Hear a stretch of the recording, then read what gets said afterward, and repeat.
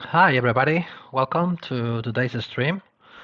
Welcome everyone. Really appreciate that you are here watching my streams.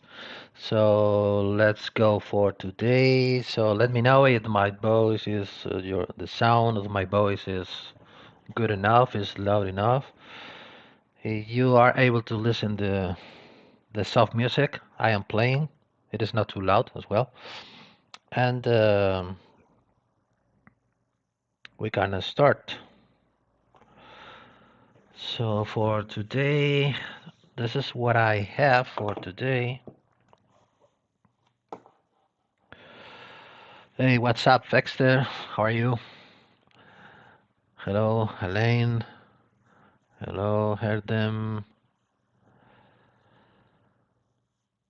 Yeah, welcome, everyone. Welcome, welcome. Very glad to be here again with the the latest streamings of the year. Maybe it's going to be today, and I think the 15th.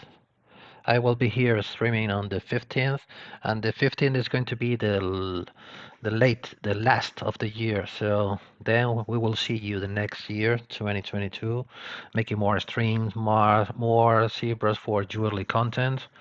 So very excited about the new year to start giving to you new designs, new workflows, or whatever to share with you my knowledge. And you're saying the music doesn't sound bad. Yeah, I don't know what is the. Now you can listen to. Maybe you can have a problem within your site about the music effects there because you never listen to music. So I don't know. Let me know if now you can listen to music now. I set it up a little bit louder. I I'm apologizes. I don't know to pronounce well your names because sometimes it's quite difficult for me. For example, did you say Gary Schultz? Maybe.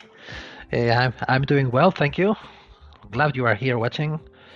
And here I'm a Korean Zebra channel is my yeah. Thank you very much for being here watching my stream from Korea, very far away from here. I'm gonna try to read your questions, to read your comments as more as I can. I'm gonna try to keep an eye on the chats to being reading what you are asking, or if you have any questions or any doubts about what I'm doing.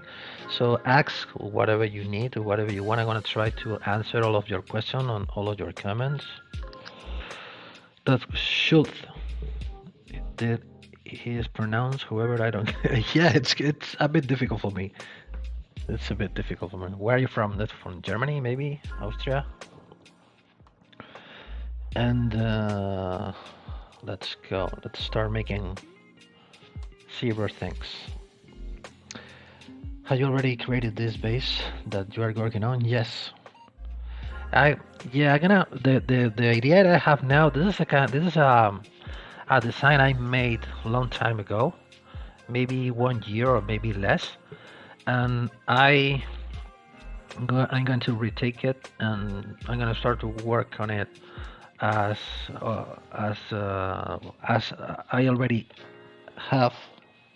I'm going to show you. This is just because I'm going to show you today maybe different things. I'm not going to start from scratch, but if you have any question about how I did anything, any part of the design, I can start making some example from scratch because all of the stuff that I have now is already done, as I said some time ago.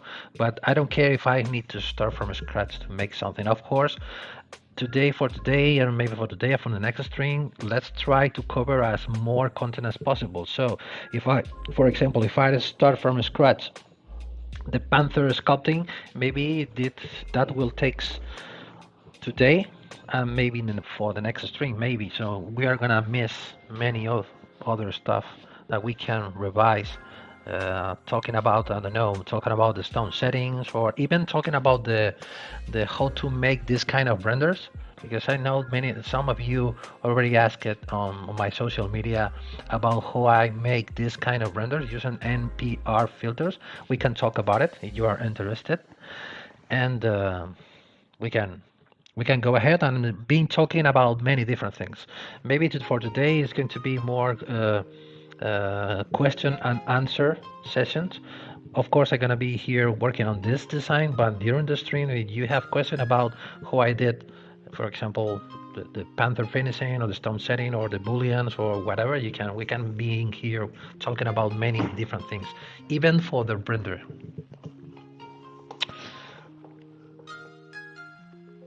Okay. New Wenre, Nef Wenre. Yeah, that's great because on the fun things cuts your eye. The fun things, yeah, this part. Yes, we can talk. We're gonna talk about what I have in mind as the starting point. This is what I get.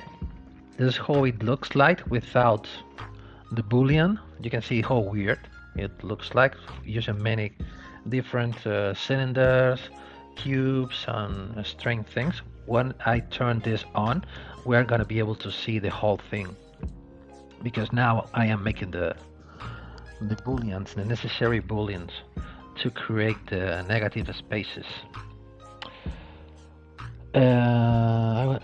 Fixer is asking, I would love to know how to make that render and the stone setting. Yeah.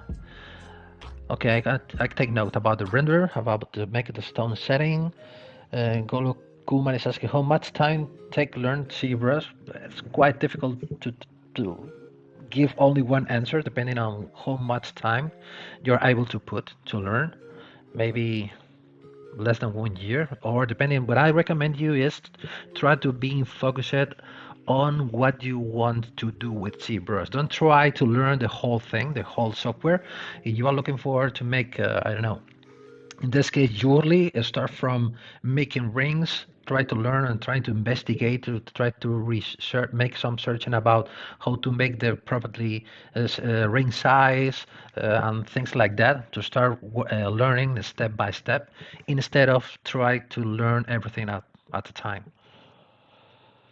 Okay, so let's go. What I have in mind, the first thing that I can explain to you, because I think it is interesting for you. I think so. Let me know if it is not interesting. Talking about the Panther, because I'm gonna make it hollow inside. This is a very common question I receive when I'm making jewelry pieces. You know how important is the weight when we are creating jewelry. So making things hollow, it's a very important part of the process. The first thing that I'm gonna do is I'm gonna set up the measurements. Of course, we are gonna start working with final size object measurement. So, for example, let's try with this subtool. Go into the scale master. Select. We are gonna start working with millimeters. You can see this design has already real final measurements. The Panther is from top to bottom, it's around 25 millimeters, a little bit less, 24.51 millimeter from the top till the bottom. From left to right, I am only measuring this part, so I only measuring, taking the distance from this point to this point. Maybe this is the farthest point. We are saying we have 17.93 millimeters. So from top to bottom is around 24.5 millimeters. The whole thing, as far as we are now, as I said before, this is only a sketch. I am developing idea and I'm changing things during the design process. This is not necessary. Is the final composition, but if I need to know how big is this, if I use the transpose line from the top till the bottom of the fans, here I have, you can read it here. Here we are reading millimeters. Here we have 56.66169, maybe we can say around 57 millimeters, more or less. So because if I take here my caliper, 56, it's going to be more or less something like this size, more or less. It's going to be a real thing. This is not going to be too big. The idea that I have in mind is to make this as a pendant. The chain system will be putting two loops behind, one here, and here we will get here the chains hanging from the side. This is the idea that I have now. As I said before, we can change our mind during the designing process, but this is what I have in mind, making something like this, or maybe hanging the thing, I don't know, maybe a little bit here instead of maybe here, putting the cord here, two small loops on the back for fit here the first chain of the chain, or the first loop of the chain. I'm sorry. Okay, let's read your comments. I want to know how to make that render. Okay, how much time? Thank you very much. I haven't played around in ZBrush for a year. Is there any new way to create seamless textures? I recommend to you, Peter, you can go to my YouTube channel. I'm gonna show you, because I already did a stream where I was talking about how to make. You go to YouTube and you make a search of my name.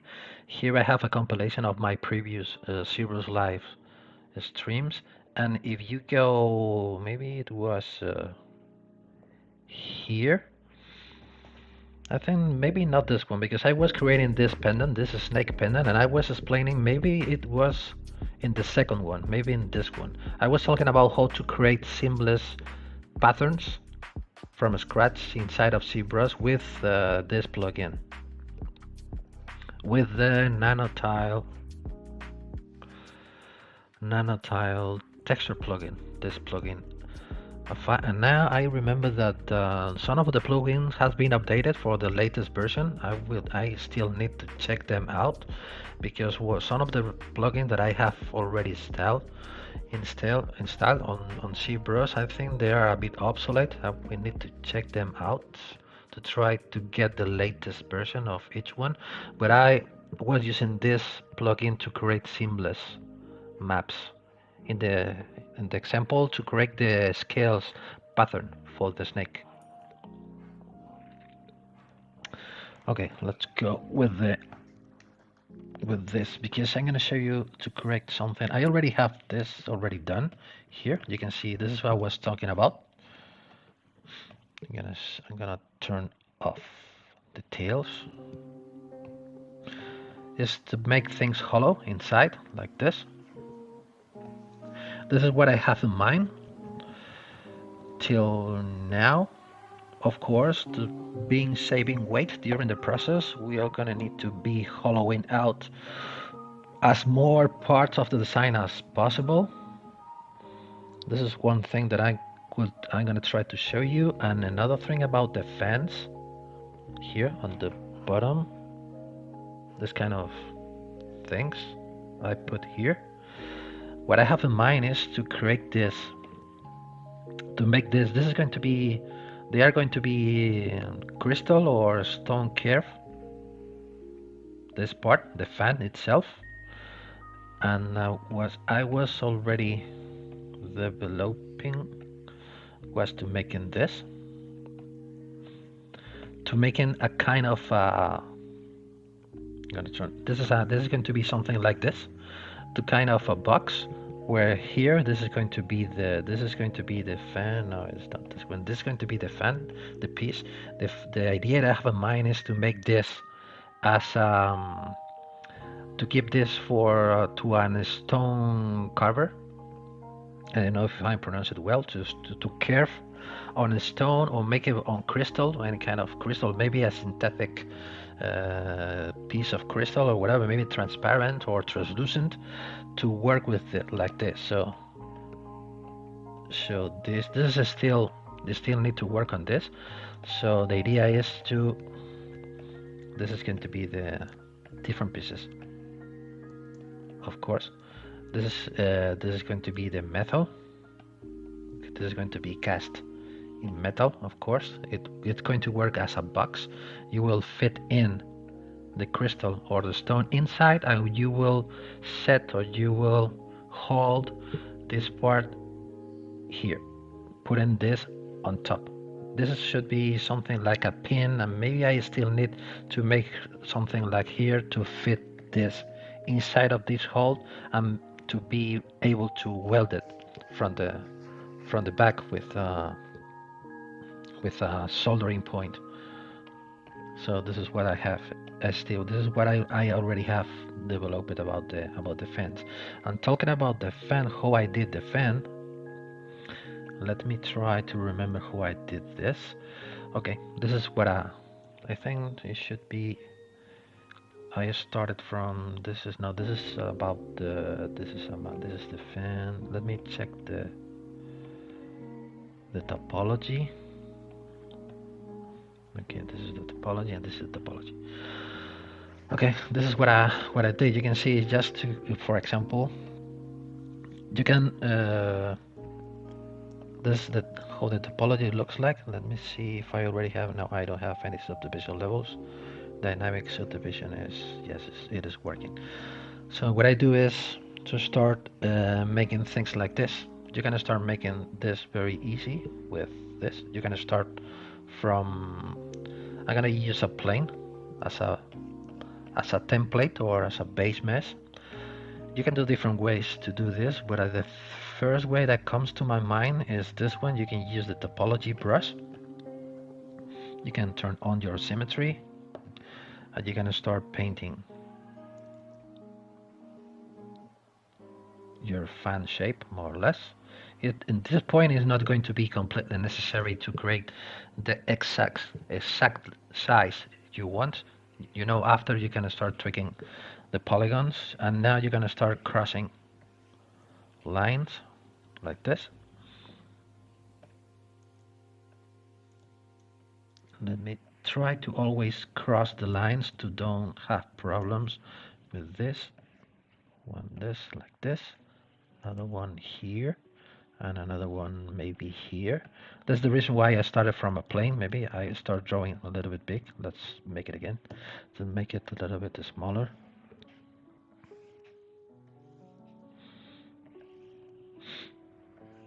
And you can start then crossing lines, and you will start getting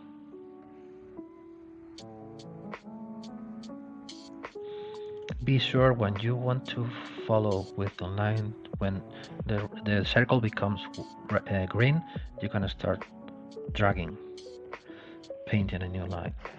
So this is what you get.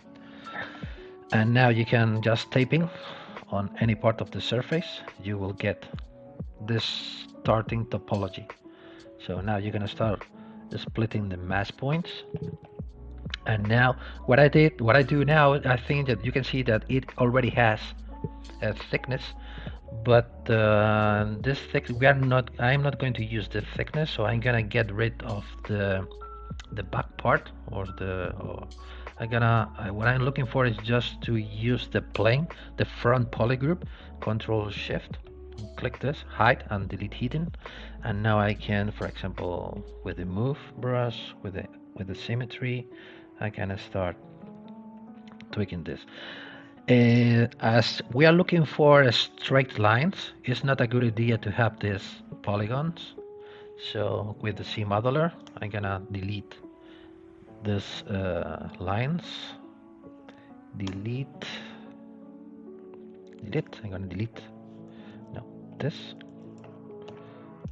thing I have without the symmetry. Oops. Delete H. Complete. Now, yes. And now we're gonna start tweaking the fan with the shape we want. Like this, maybe like this. Maybe what we can do is to, I'm going to pen that cylinder, because I'm gonna use the cylinder as a reference. I'm gonna hide the plane. I'm not gonna use it anymore. So this is going to be a curve, depending on how big. And now we can use this, and we can start tweaking this thing with a reference of a circle. So we are gonna make better the curvature. So we can make a duplicate here, like this. You can see it's a quite simple. Where do I have the fan here? This is should pull out in front. You can do this. This is one way that you can do. You can start tweaking down, and now once you have this, I'm going to show you another way now. And what you can do now is, let's put this. Let's make some tweaks first to try to make all the segments more or less the same size. Yeah, something like this. And now with the C modeler again, you can put the cursor on an H, spacebar, transpose, and now you can put this up.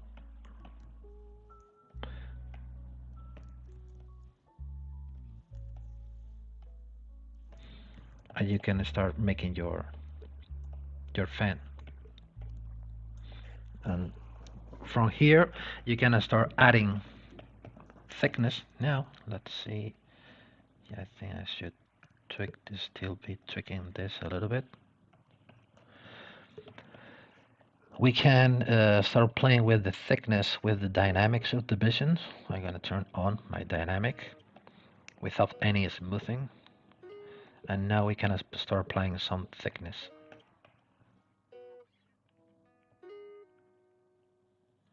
And you start getting the fan with the thickness.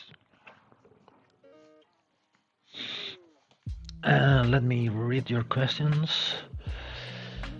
I haven't played around. Okay, Neff. I'm gonna call you Neff. Okay, Neff is saying, I always wonder if you had a YouTube channel. Yes, I already had one. Yeah. Hello, thanks. You are welcome. So you have an inlay on which a crystal fan. Yes. Yes, the idea is to have an inlay, or this is going to work as a box, like this. Where is this? I'm gonna turn this on. This is gonna work as a and what I have in mind is this is going to be the stone, and here on the back I still need to make a gallery drawing to make, I don't know, maybe making this kind of lines with it's gonna work like this, because you know that on jewelry the back side is very important. It's not only important to make a cool design on the front, so on the back you are able to add the designing elements on the back, then we'll add value to your pieces or to your design. So what I have in mind is making this kind of pattern on the back, or maybe playing with some curves, something like this. I don't know. I still need to think about it, but this is the idea. This is going to work as a box. And as I said before, I will add here a kind of a pin. So maybe to save weight, maybe I still need to make something like this to make a copy. If I make a duplicate, this should be here. This is just a sketching now an idea. This is what I have to make things like this. And here again I'm gonna paint a cylinder. The cylinder is going to work as a pin.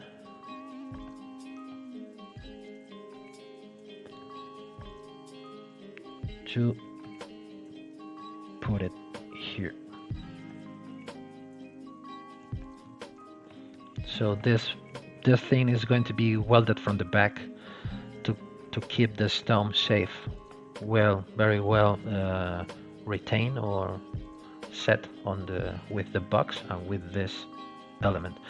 And I still need to think about this gap I have here, because it doesn't look well, because here we have an empty space, but I think we should cover in any way.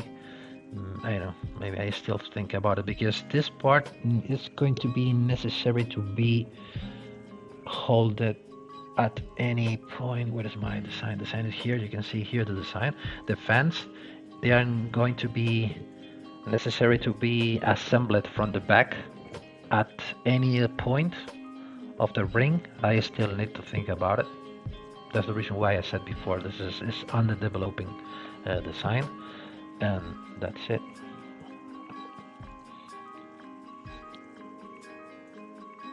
So you are welcome. So if we think to start thinking about another way to start making a fan, instead of painting the geometry as I did with the topology brush, you can start with a cylinder. You can make a polymesh. You can group by normals. You can Control Shift, hide only this surface and delete the rest. And what you can do now is you can repeat the operation as before. Delete hidden. You can now, let's say, you can insert now another line here, for example. And I'm gonna get rid of this whole loop.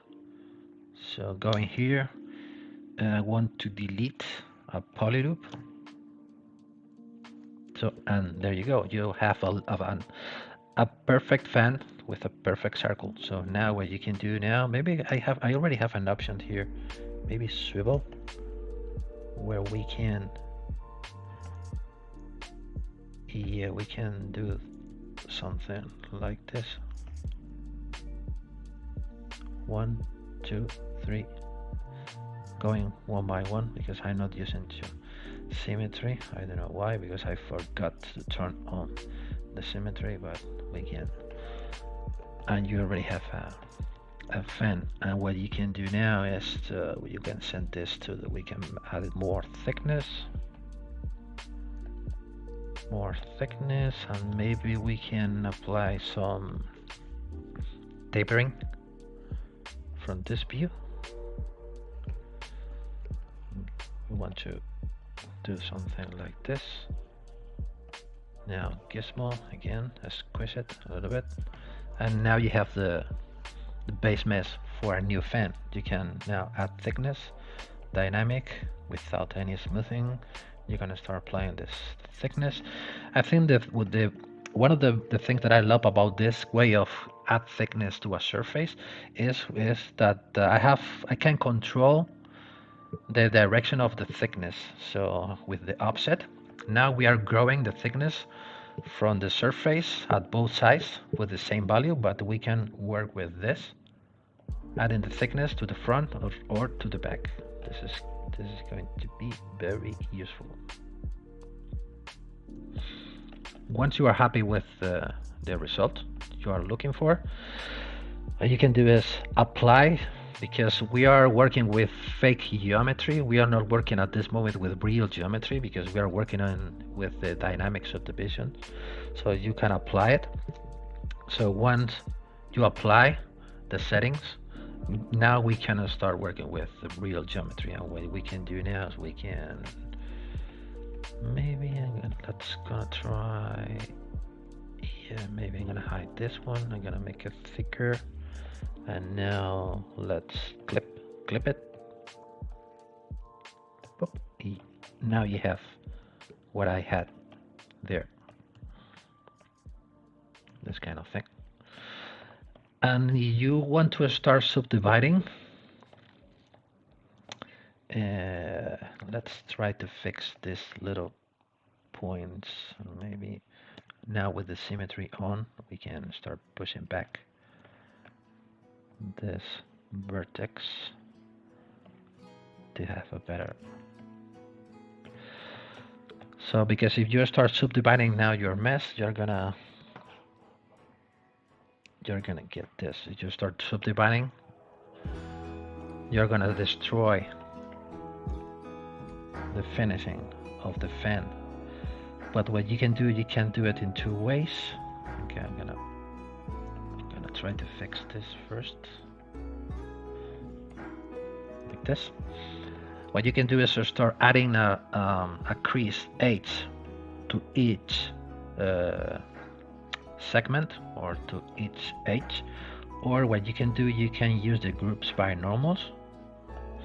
So ZBrush will apply a different polygroup to each different normal. Now you can crease the polygroups, and now you can start subdividing your fan. Oh, I miss here, maybe here. I'm gonna reduce instead of 45 degrees like this. So you're gonna start now subdividing without losing the, and I start getting a cleaner surfaces with a more dense geometry mesh. Let's come back to the number one because I have here a little issue here. Yeah, and there you go, you have your fan. Let's come back to the number one. Let's fix this. Let's fix this. And now you have a fan. As an Egyptian jewel design student, you made the most important shape. Yeah, you're right. Yes, this is a very recurrent element on Egyptian designs. The fan shape. Oh, does it make sense? Okay, so let's follow. Let's come back to the Panther again. Where are you? Here. This is the Panther. I'm gonna hide the rest. I already have this kind of pins because they are going to be, the Panther is going to be assembled from the back. You're gonna put the Panther on from the back, and you're gonna attach the Panther from the back to the ring, and that's the reason why I already have this kind of pins, because this here we are gonna create welding points. We're gonna create here welding points to add here a welding point here to fix the Panther to the ring. This is what I have at this moment. That's the reason why I have this little pins here. And if I open the folder, you can see this is the cube I am using to cut out the back side to make it flat on the back. And this is another thing I have to cut. I'm gonna turn on my transparency where I am cutting the border of the Panther with an exact circle that fits on the ring, on the stone rings.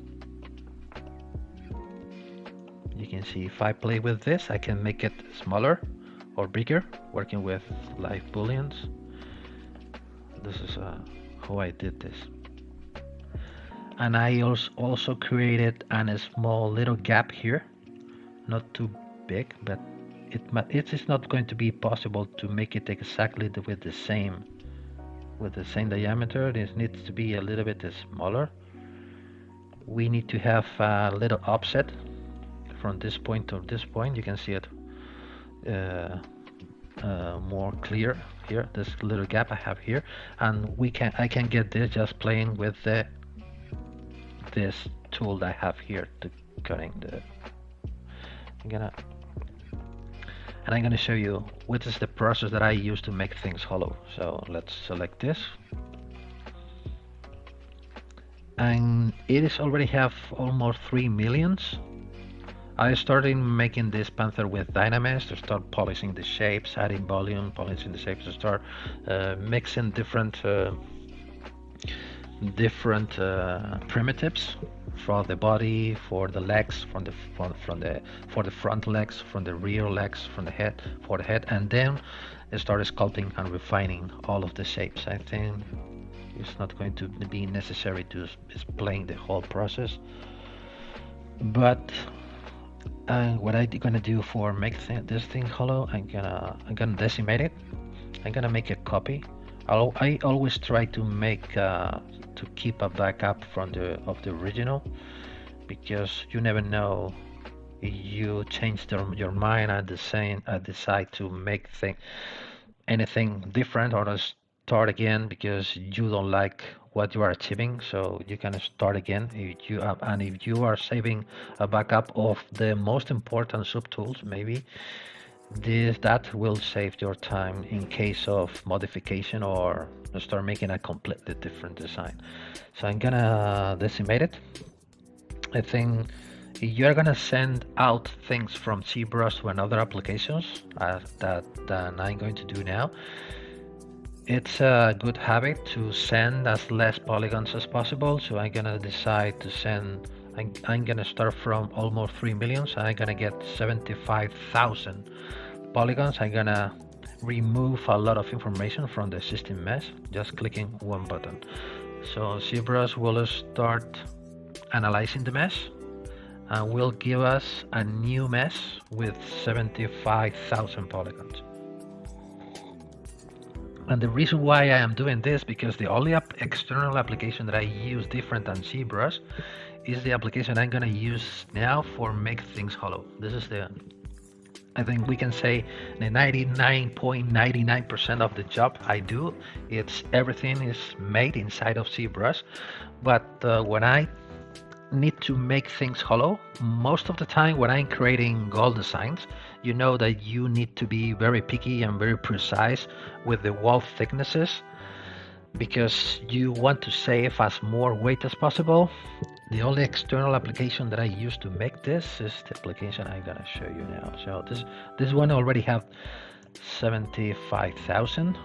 You can see from 3 millions to 75. I'm gonna export it. The file format that I'm gonna use to export this file is an OBJ format. Where I am here. So this is the Panther.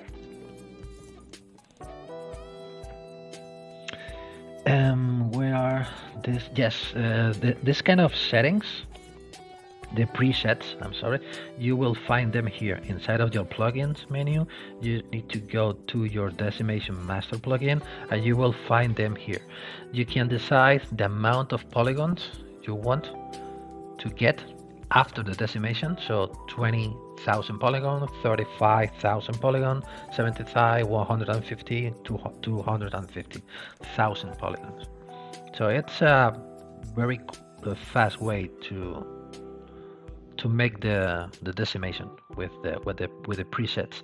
If you want something different than the existing presets, you can select here your points that you want. For example, you are looking for 500,000, so let's type in 500 here and click it on custom.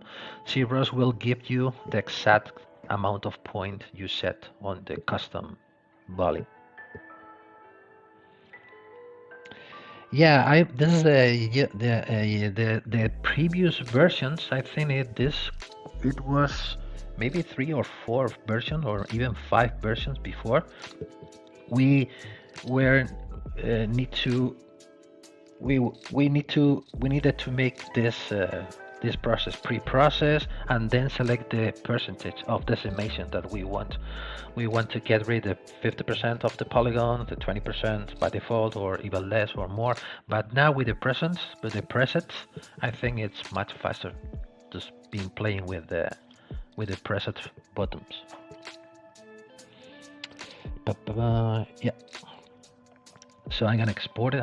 So I'm gonna open the application I was talking about before. This is maybe some of you already knows it. Is Mesh Mixer. I'm gonna here the Panther. I'm gonna go to Edit, Hollow, I'm gonna make this hollow maybe 0.8 millimeter. Solid accuracy, I'll always use to set this to its maximum value and mesh density. I don't going to set this to the maximum value to don't be here waiting too much time. So, and update hollow. And Mesh Mixer is going to make an offset between the external wall and the internal wall of 0.8 millimeter. Okay, it's coming, almost done. Okay, there you go. So here we have the negative space or the internal offset mesh. So once we have this, we can accept. And now we're gonna export it back again with the same, overwriting the same file. So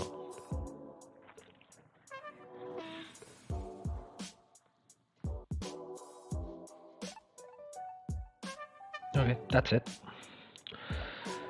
I think I'm gonna use this because I don't want to. Okay, oh, no problem. Yeah, no problem. Let's import it.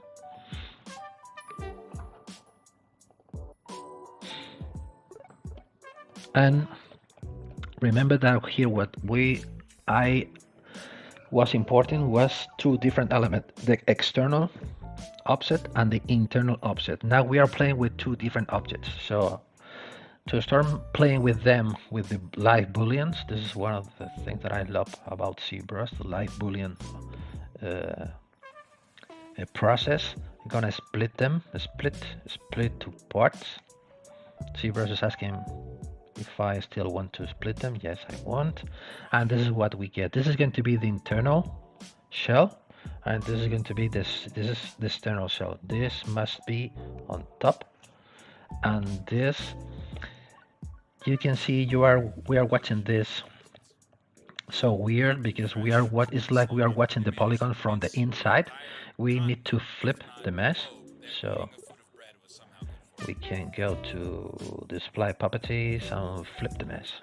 And this is what I have. I'm gonna hide the rest of the subtools. I'm gonna hide this. I'm going to hide this.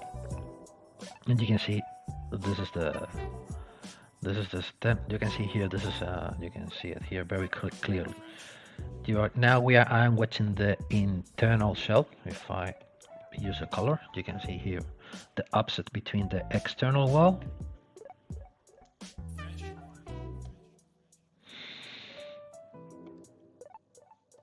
this is like this, and here for this point to this point we have 0.8 millimeters with a very regular, I can tell you, and precise offset. So another thing that I do is to start creating the flip. I still need to make the opening on the back side. What I normally do is to start painting a mask here on the negative mesh. I'm gonna select, for example, mask pen. I like to set up the focal shape to -100. I like to turn on my lazy mouse, lazy step to 0, and I'm gonna start creating this. This is one way that you can do it. I'm gonna show you two ways. Maybe the lazy radius a little bit smaller. I'm gonna start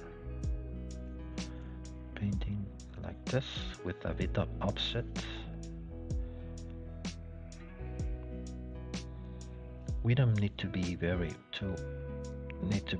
precise at this moment. It's not necessary to be obsessed with how beautiful it looks like, how precise we are creating the offset, because afterward we can fix it. So now I create an extraction from the mask, extract, accept. This is what I created. Can remove the mask, and now I can start polishing the border. You can see this is a little bit irregular. Oh, I need to get rid of this little thing, floating little thing I have here. I'm gonna put a mask here. Hide and delete hidden. So I'm gonna start polishing the border. And now let's make an extrusion. I don't know why I'm having this kind of thing. And what I'm gonna do is this is the negative thing, negative, negative, and positive. And this is what we get. This is what we are getting. I think we are getting this because we still have this. Okay, I make a mistake. That's the reason why I have this. Okay, no problem. No problem. No problem. I made a mistake because I exported the Panther with this shape, with the whole thing without the back cut, like this. But like this is still just looking better. I think so. So I don't need this kind of opening thing here. What we can do now is to maybe here, maybe I can. This is what we are getting, completely open. Now you can start playing with the. Now you can start playing with the offset.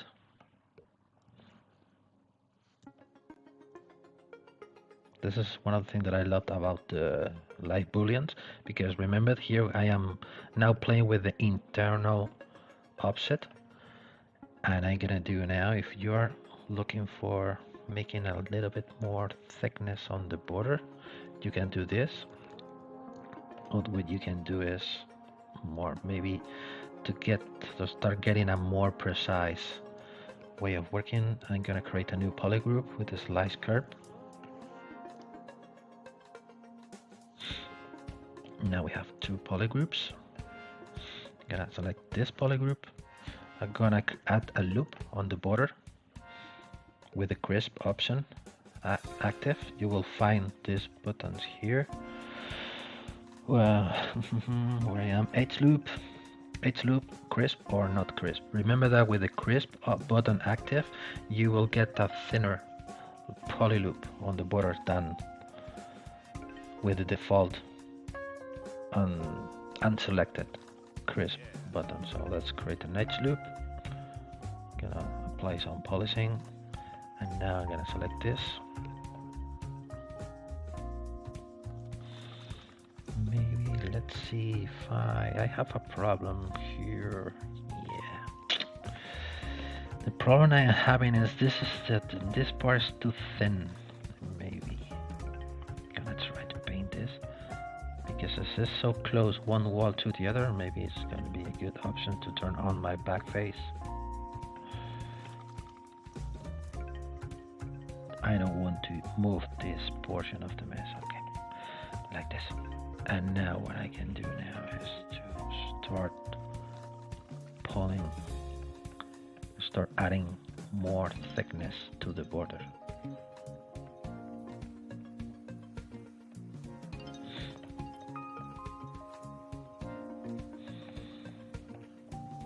Why I'm creating a little bit more thickness on the border, because it's going to be necessary to have more material, more material on the border to be able to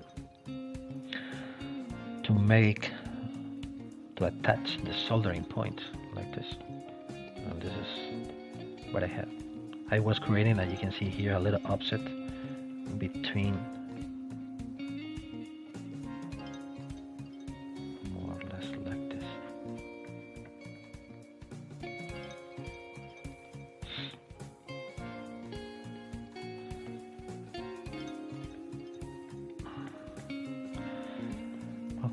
We have the thing already hollow with 0.8 millimeters, and here we have the distance, and we are having here, we can take the ruler and we can check this. It's a 1.3 millimeters I have here. Here I have 1.2 millimeter. It's going to be enough, I think so. 1.5, and so this is. this is one of the things that we can do. But the thing that I don't like about this what it looks like, maybe it can work when you are making silver designs, but if we are creating a gold design with a lot of design elements with a very expensive material, maybe it's going to be better to work a little bit more. So what I'm gonna do is I'm gonna make a copy of this one. I'm gonna do everything. Let's come back to the history like this. I'm going to do is let's see. You can see here the cube is going to be the flat vertical cut on the back. I'm gonna use one of the new brushes. It's very useful, the knife curve brush. I'm gonna save the things first. And I'm gonna cut this more or less here. Maybe a little bit more. See at the offset we are getting here. From this point to this point, we are getting an offset of 0.7 millimeters, less than 0.8. Maybe we should cut a little bit more.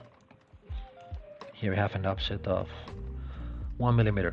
It's going to be thing like this. It's going to work. So this is what we are getting. This is going to be the negative internal space. You want to get rid of this kind of little things, or kind of this kind of a small piece of geometry we have here. With the Sculpting Pro, it's great for remove things or to destroy things. It works very well. You can start smoothing, and then you can start destroying whatever you want with the. And now what I'm gonna do now is I'm gonna start painting my back opening. Maybe it's going to be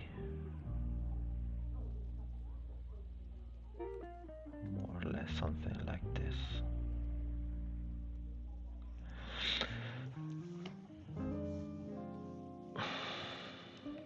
Here.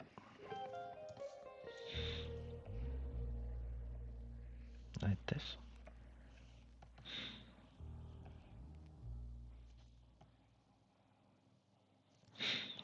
I'm gonna extract, accept, remove the mask, polish by features,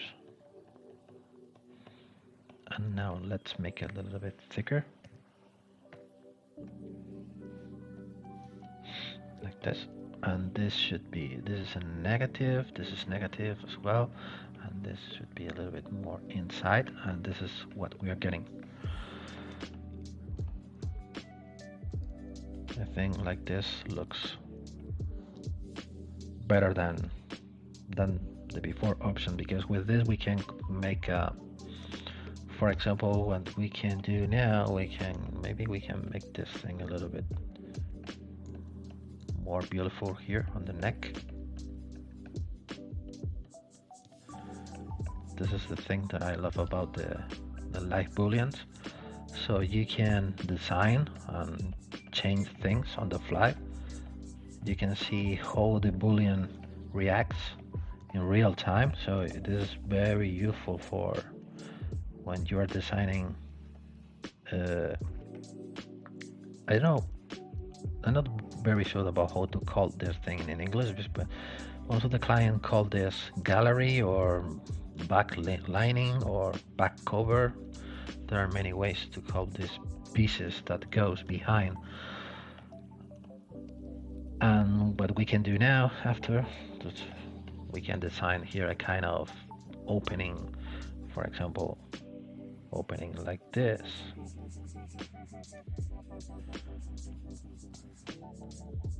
I know we can be working on the opening back plate, but this is the idea. How you find this process useful for hollow out your pieces.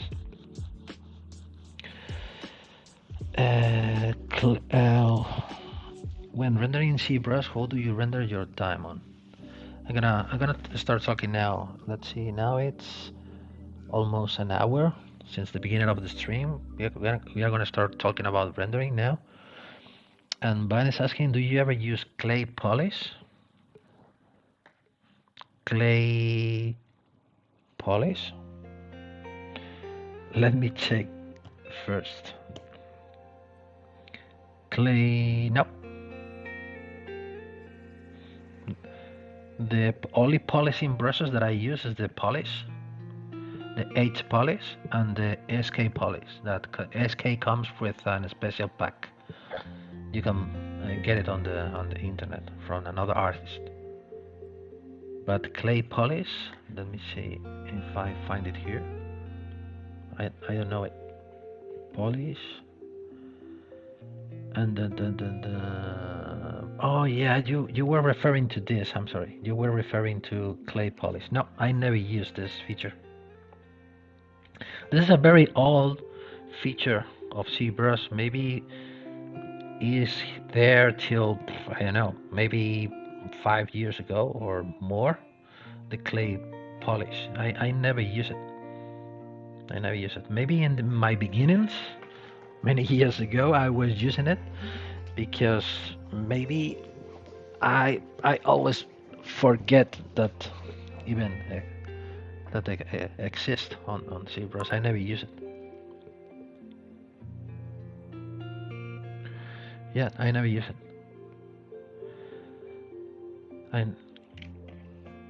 I prefer to polish by myself with by hand with a combination of different brushes. I never use the clay polish feature inside of ZBrush. I know that you can achieve good results. For example, if I come back here to the original, this one is already decimated, right? Yeah, this is the one I have with millions. You can do is let's turn on the solo. You go to clay polish. You get a good polished surface, but sometimes I'm gonna try to make here. No, sometimes the topology suffers a lot. You can get some kind of artifacts. Of course, if you are working with dynamis, it's not an issue because you can apply clay polish, rebuild the dynamis, continuing polishing the mesh with the clay polish feature without having any issue. But I don't use it. I don't use it.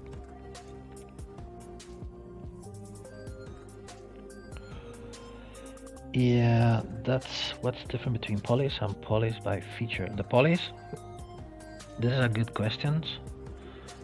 For example, let's grab an sphere, just make a polymesh. For example, with the polish brush, it's like with the polish, you can find them here, deformation and polish. You can see here nothing happens. Let's create a brush stroke. For example, with the clay build-up, you're gonna start making strokes here. And when you polishing, it's like when you are using the polishing wheels on your workshop. You are polishing everything, so you are destroying part of the details of the surface. But with the polish by feature, maybe it's a more complex way to achieve a polished result on the surface, but the kind of features that you are taking into account are polygroups or creased edges. For example, you paint here. I'm gonna paint here a nest, or a ZBrush like this. You can invert the mesh. You extrude this. Of course, looks a little bit weird. You start polishing, you will get this, or you apply polish by feature with the point open. You here on every on each polish slider, you will get here a little point, a little dot at the end. It can be closed or open. You can work with two different algorithms inside. So with the dot open, you would apply a more, maybe we can say you are applying a more aggressive polishing. So you can get this. You can see here the different. But if you do this, now you create a poly group, Control W, and you make something like this. Now we are having two different poly groups. If you apply polish, you are still getting the same result as before, but now you use the polish by features, you will get this. So ZBrush will take care of the features that it finds during the process. In this case, we are getting two different poly groups, so this is what we are getting. So for hard surface or for retain poly groups or retain edges, it's very useful to use the polish by feature instead of the polish option. Polish by features. What features? Poly groups or crease edges. It seems it's interesting, but I can never get into how to go. You are talking about the clay polish, right? Yeah, the clay polish. For example, if I convert this into a dynamis, let's make a dynamis. That's the reason why I don't like to use it very often. Dynamis, and you use now clay polish, you will get this.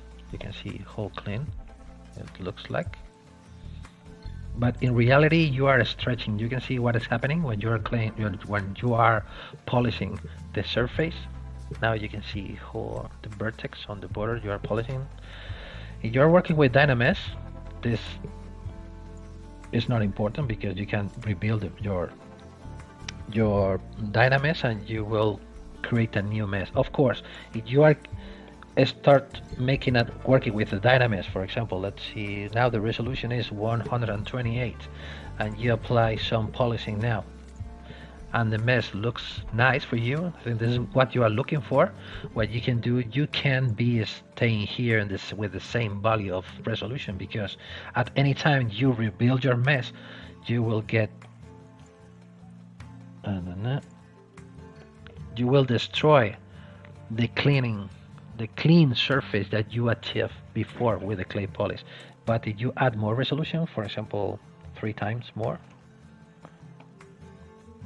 so this is what you are still getting very clean results. For example, let's create a kind of a pair of eyes.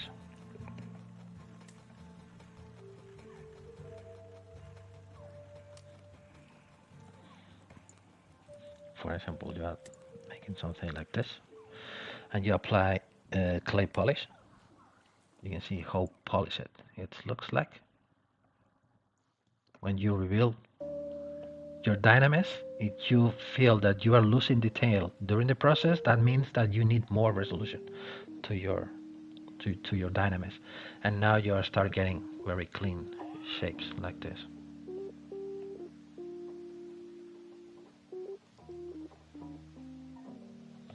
You can see here again clay polish. But I think, in my opinion, in conclusion, we can say that the clay polish, this very old feature, works better with dynamis during the sculpting process than with a regular quad mesh. Okay, let's come back. Let's go now with the render, maybe. I think that will help. Let me know if I already answered your question or you are still having more doubts about your workflow with clay polish.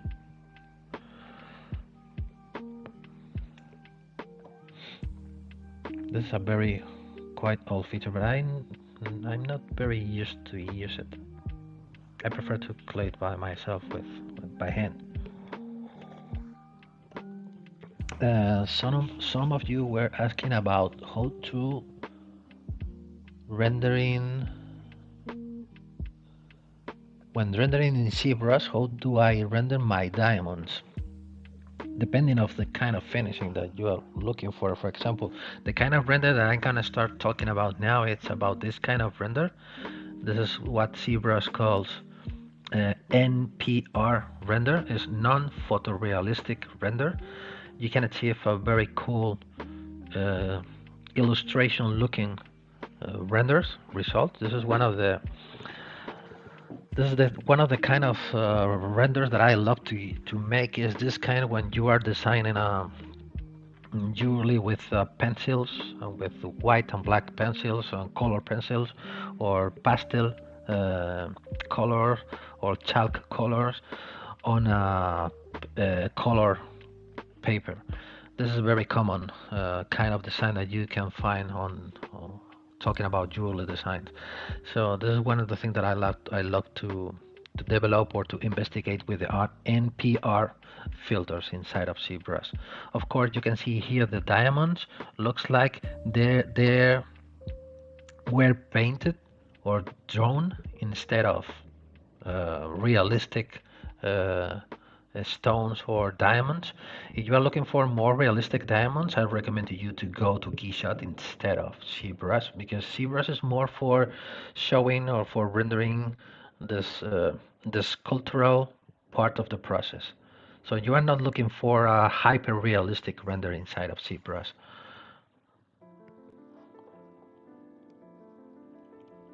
Okay, thank you.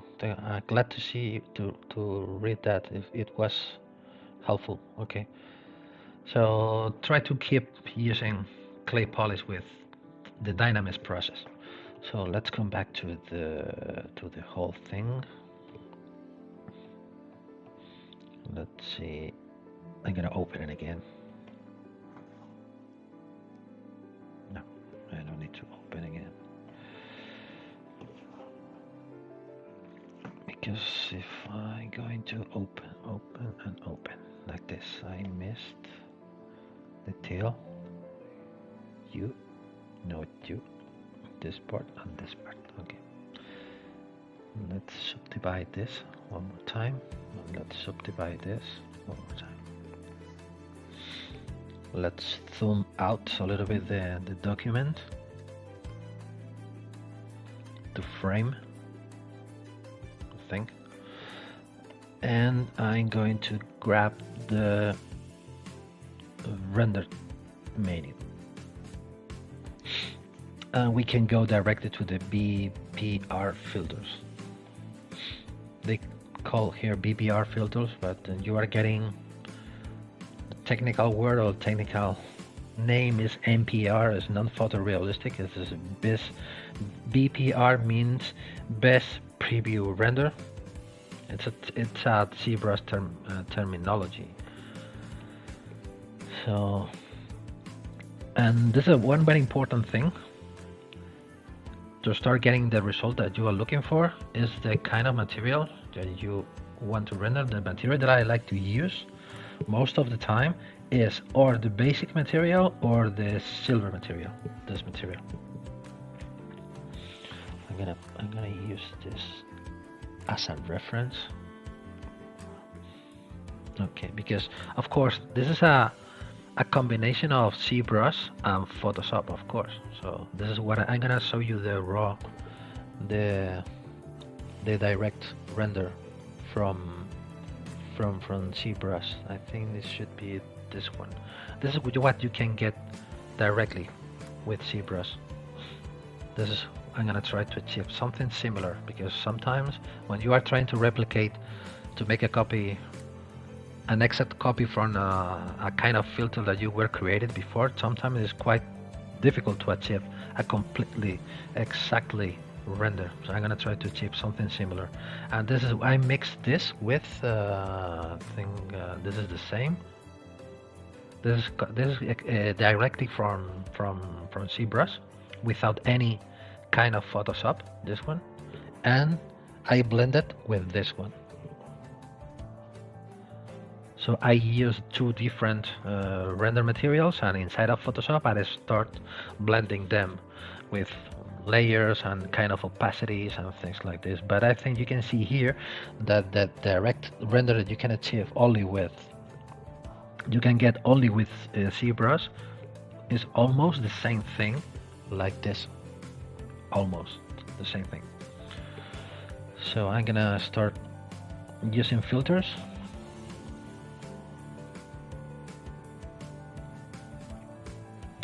And Gary Schultz is asking, would it be possible to stay in ZBrush and hollow the mesh with a deflated copy? Yes, or is there not enough control of the thickness? Yeah, you can do this. Okay, good question. I'm gonna show you another thing because this is just sometimes I'm talking about my. Let's hold the renders for a minute. So if I come back to the where I am, this is the tool palette. If I come back again to the Panther, this is decimated. One thing that you can do is you want, because I was saying maybe I'm talking about my personal preferences. That's the reason why I was talking about an external application, and I was showing to you where I'm talking about my personal workflow. But you can do that with ZBrush. It's not completely necessary to the help of an external application. What you can do is, of course, you're gonna need to install this plugin. I'm gonna make them open here. Dynamesh utility plugin. You can find all the external plugins inside of the Pixologic website. If you go to the Pixologic website, you need to go to support center. No, resources. Sorry, resources, plugins, and here, let me check one thing first. This is for ZBrush 2021. Okay, ZBrush plugins, ZBrush 2022 plugins. This is all of the official plugins. If you scroll down, you will find where it is. Dynamesh utility. This as easy as to download and put it on your C plugin folder, and you will get this plugin available inside of ZBrush. And here you can see here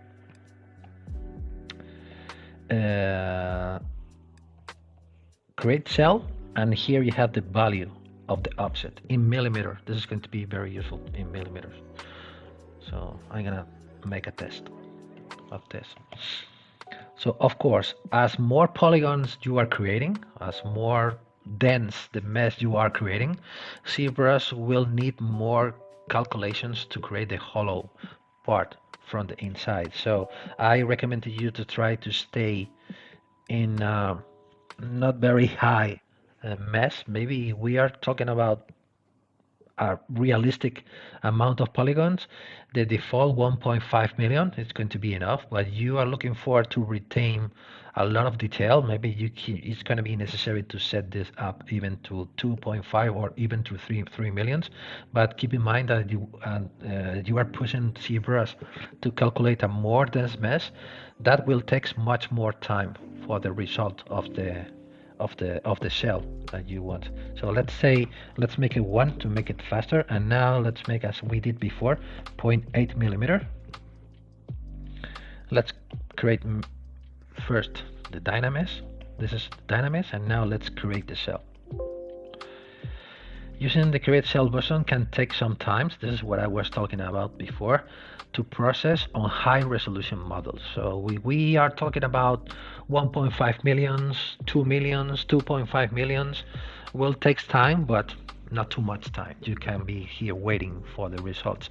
But you are looking for you are having a very dense mesh of 5 millions or even more than 4 millions. This will take a bit of time. So saving is also recommended before processing.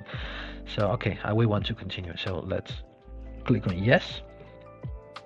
And in compare with the application I was talking before, maybe here we will need to wait a bit more, but getting more or less the same results. This is, as I was talking before, if we're creating silver jewelry or you are hollowing things for 3D printing in resin for figures or another application, it's not going to be necessary to be so accurate than when we are working with gold. So you can use this process without any problem.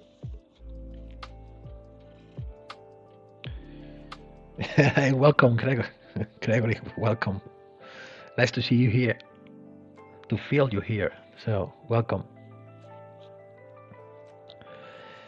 Yeah, I can show you. Yeah, the lion is going to, as I said before, you can see I'm still waiting for the results, even then we are working with a 1 million mesh. Okay, it's done. Let's wait a little bit more. Yeah, ready. So now we can, let's see if it works as I am thinking. Split to parts. And now this is what we are getting, same thing as before. As we are watching the mesh from the inside, it's going to be necessary to flip it. Flip, like this. And what we can do now, for example, I'm gonna make a mask of this. Invert the mask, pull out the mask, and this is what we get. You can see the results from the inside. It's a little bit more chunky or not so regular than before, and that's the reason why the concept of the precision I was talking before. If you are making silver designs, it's not going to be very important, but when you are making gold designs and you are looking for 0.6 millimeter or even 0.65 or 0.7 millimeter, when you are saving a little amount of material of gold, we are talking about a lot of money, so maybe we still need the help of another tool, my opinion. Okay, that's my personal preferences. But you can see here you can do it with ZBrush, but you need to use this plugin where you will find where it is. You will find the thickness, the offset, talking about millimeters. I don't care about the additional option. Create cells with a precise thickness. Everything possible with ZBrush. Yeah. Okay, let's come back to the render. I think I made something wrong with the mask, right? Yeah. Maybe it's going to be necessary to grab more portion of the mask. Yeah, like this. And now we can. Now like this.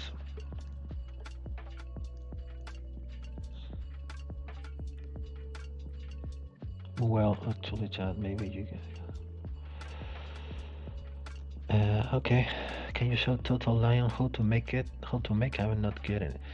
Yeah, I was talking about before this because if I need to start explaining how I did the lion, maybe that will take more time than expected, and I'm trying to cover many different things than just being here sculpting one thing during the whole streaming. So let me check if I have some old files when I can show you how I did it.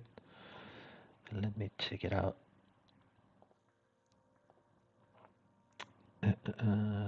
Let me see it.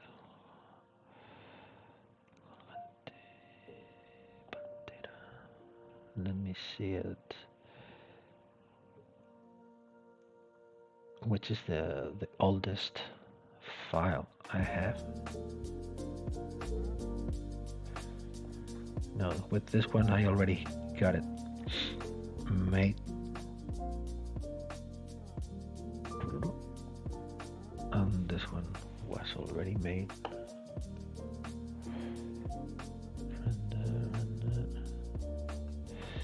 I think I don't have any oldest file to show you how I did it, because just for as a quick overview about how you can achieve this, it's like using different primitives, and today I have more tools than maybe I did this maybe 2 or 3 years ago. Maybe today we have more tools or more features inside of ZBrush where we are able to make many. Maybe we can do the same thing, but using a different process. But so it's like here you are, for example, grabbing a sphere. Split. How to create the body is just starting with primitives, and you're gonna start sculpting the mesh like this. Back face to add thickness, and you're gonna start adding, for example, this thing for the body. Today we have Sculptors Pro. I can turn on the Sculptors Pro. You're gonna start smoothing the mesh. You're gonna start getting new topology. And for example, one of the meshes that I use very often for arms is the capsule. You can here create where you can creating this, make a copy, create the other part of the arm, and then blending these things together.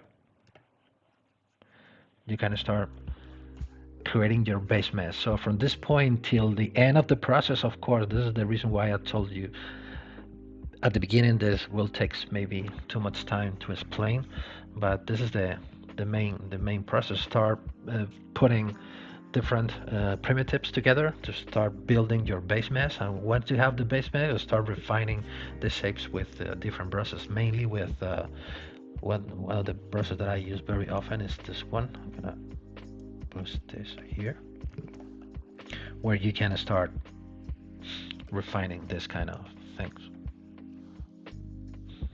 Start adding material, removing material with a sculpting way of working. So this is just a matter of putting time, sculpting and sculpting using different brushes.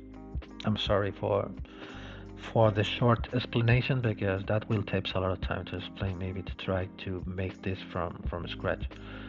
But just putting things together as a primitive and start sculpting the different elements.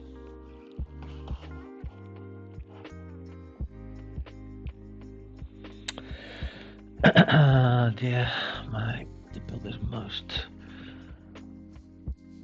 What you are saying? I have lost many questions. Let me read them. The blue thing I will actually chat. Can you show? Okay. After you add another mannequin as another subtool, how do you move the entire mannequin? It's not possible, as far as I know, because you know that the mannequin is built by different C-spheres chain. So it's not. I think, as far as I know, it's not possible to grab the whole mannequin and put it on another side. I don't have too much experience about working with mannequins. You are moving the root. You are gonna move only the root sphere, and you will deform the whole thing. I think just moving one root sphere. I think so. I know.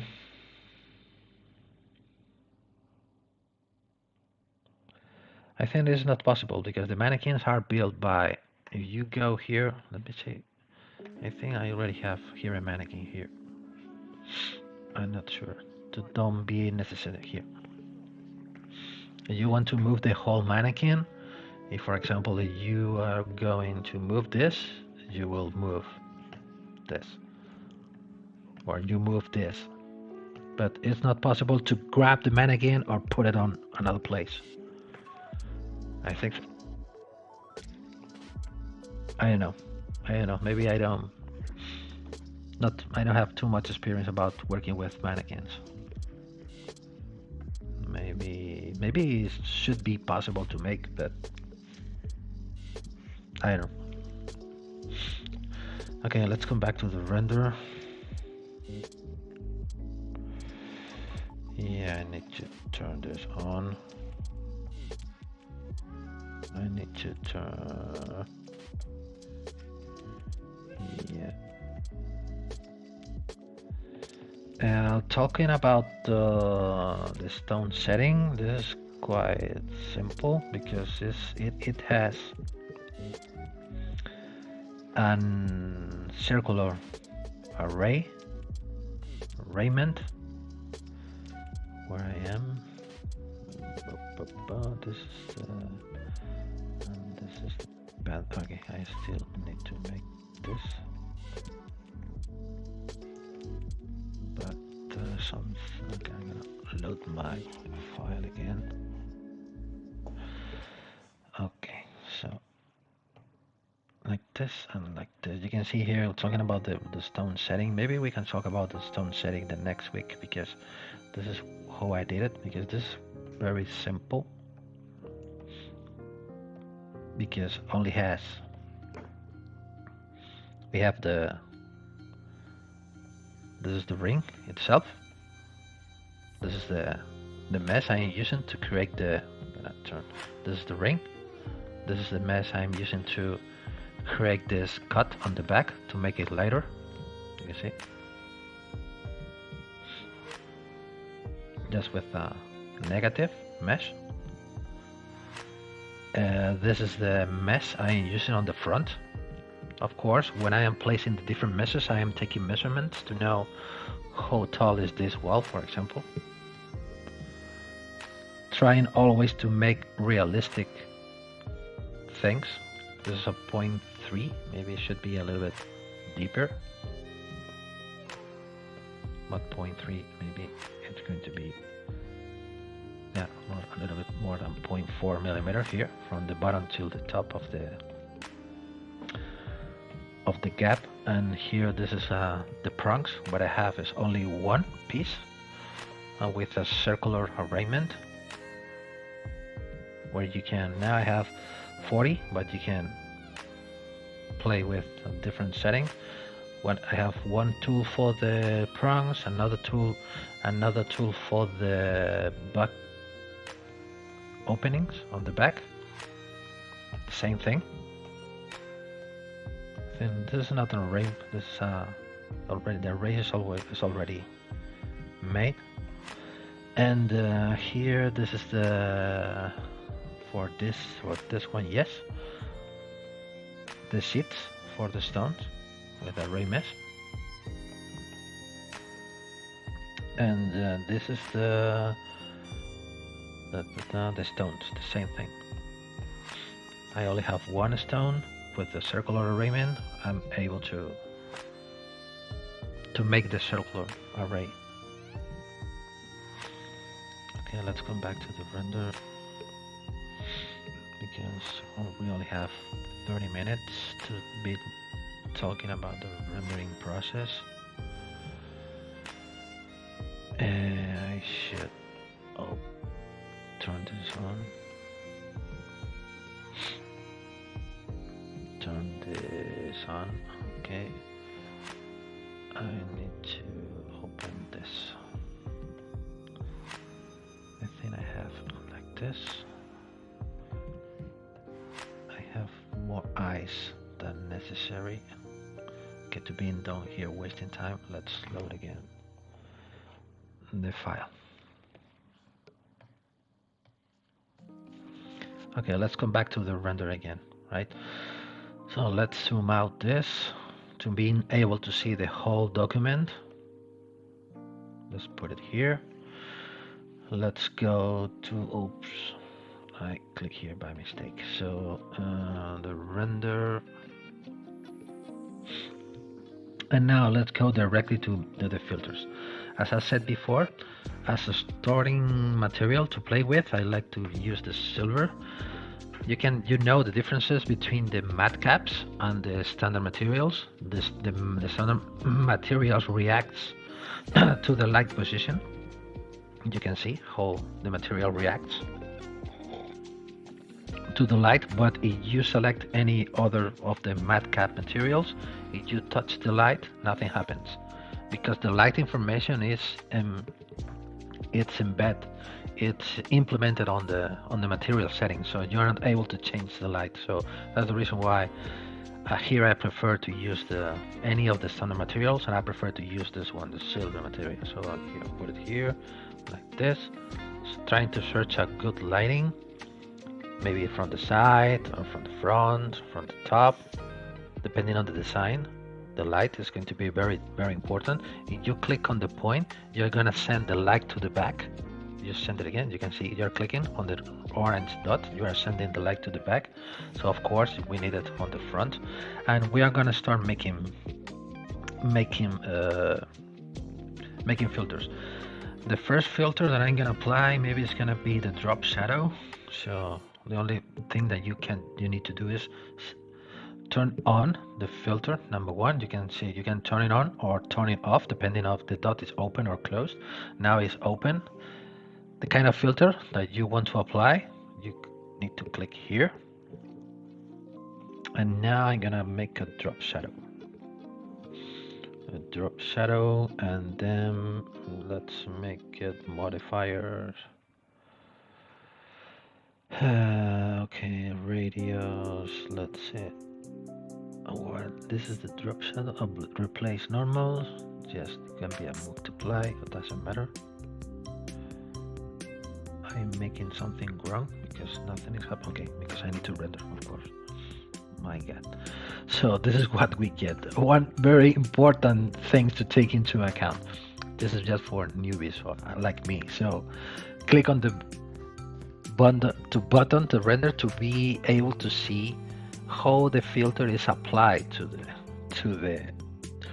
the scene. So I'm gonna add this to 0. And no, not to 0, maybe 100. Let's say 100.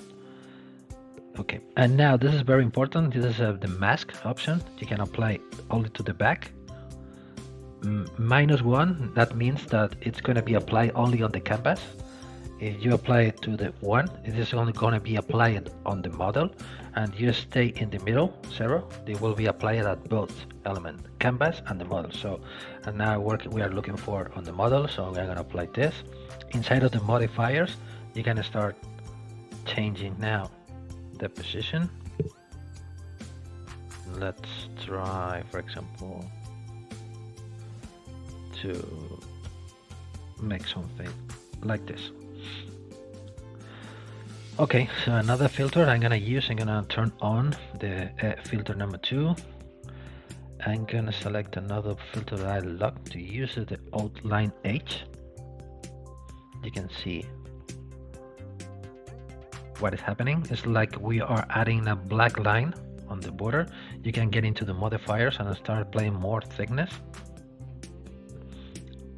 Let's apply here. You can see watching it better. You can see, and even you can change the color. For example, you can change to white, or this one to black. I think the black is going to be okay. Maybe we can play with the opacity. Maybe let's add more thickness, and you can apply to the interior or to the external cavity or to the interior cavity. I think in this case works better if we select interior instead of, let's apply more thickness. And you can see that the render start looking, getting the feeling of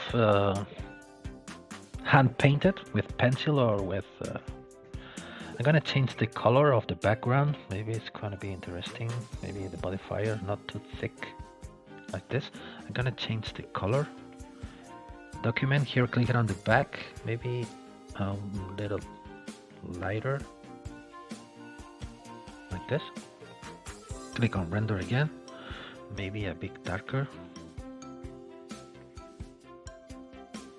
like this. Okay. So not so thick.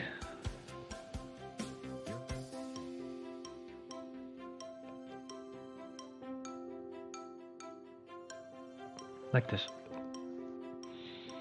And I'm gonna create a new filter now. This one, I thought I was creating the filter outline H. Drop shadow. One of the filters I like to use the vignetting or vignetting, or I don't know how to pronounce it. I think from black, like this. Looks like you are putting a light, and you can get into the modifiers and start playing with the radius, how big or how small you want, the location, maybe not exactly in the center, so a little bit just grabbing only this part. I'm gonna select a new filter. Now I'm gonna add some noise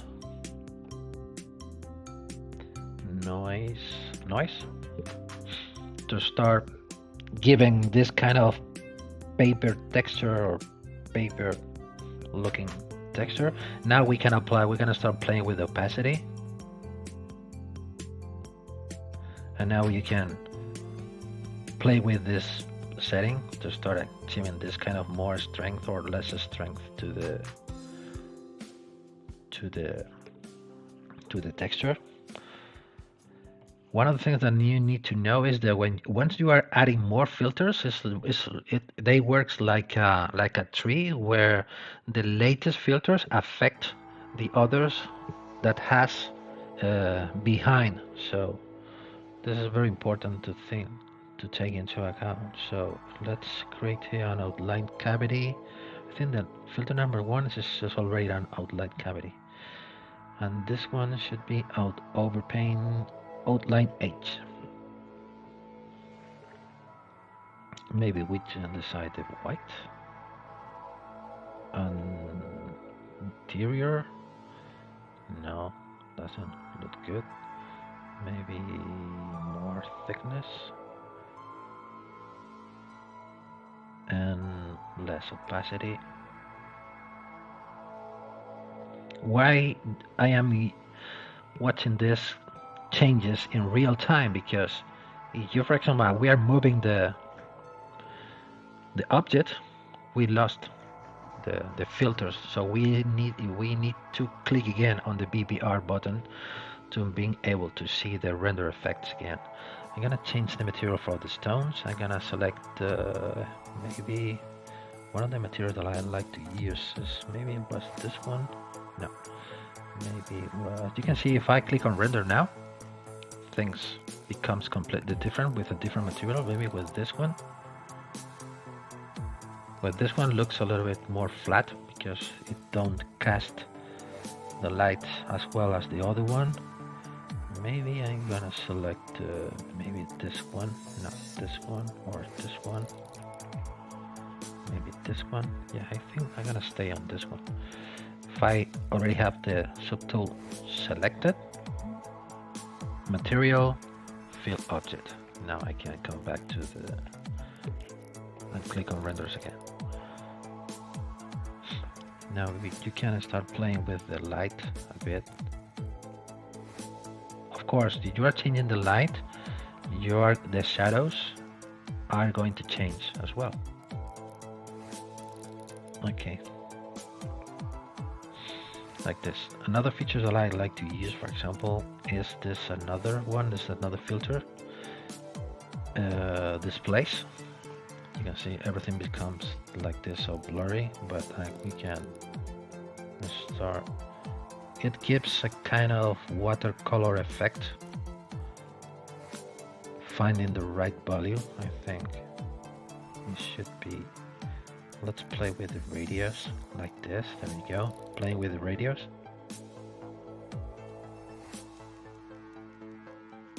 Let's play with this. And now with opacity, because we don't want to apply that much.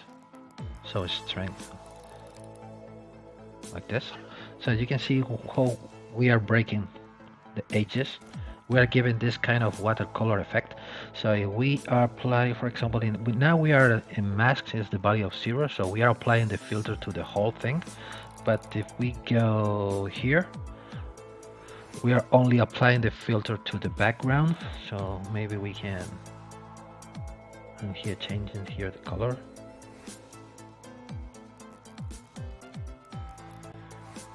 Like this.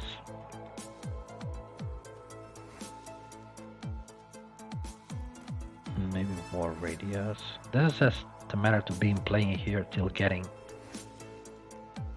a good results. You can see now I think I am start getting the kind of effect I'm looking for. You can see here the shadow, what you're looking for. You're watching here this kind of watercolor effect on the border of the shadow. I'm gonna create a new filter. Another filter that I love to use is this one, overpaint texture.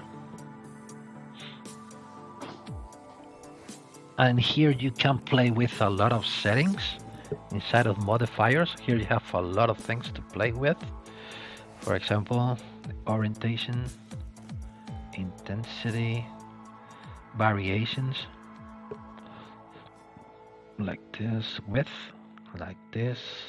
There you go. Rotation, maybe like this or like this.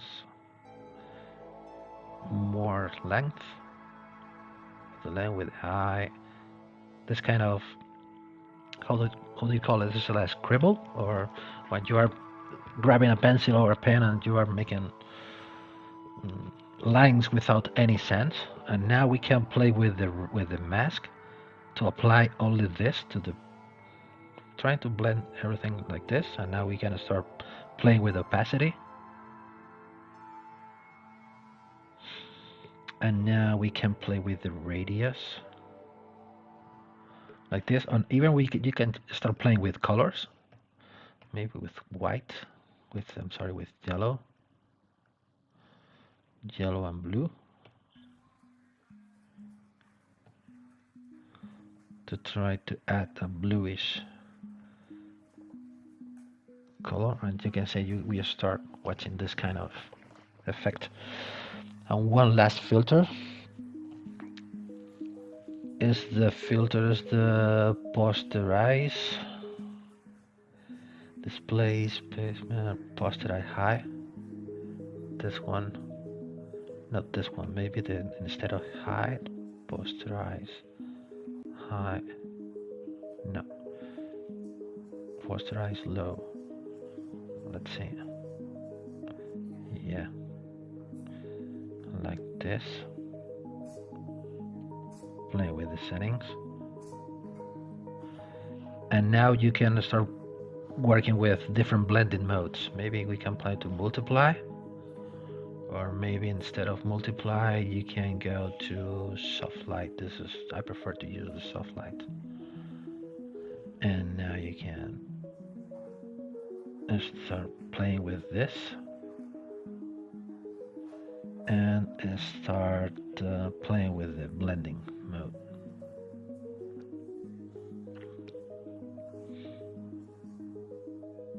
Yeah, maybe more like this.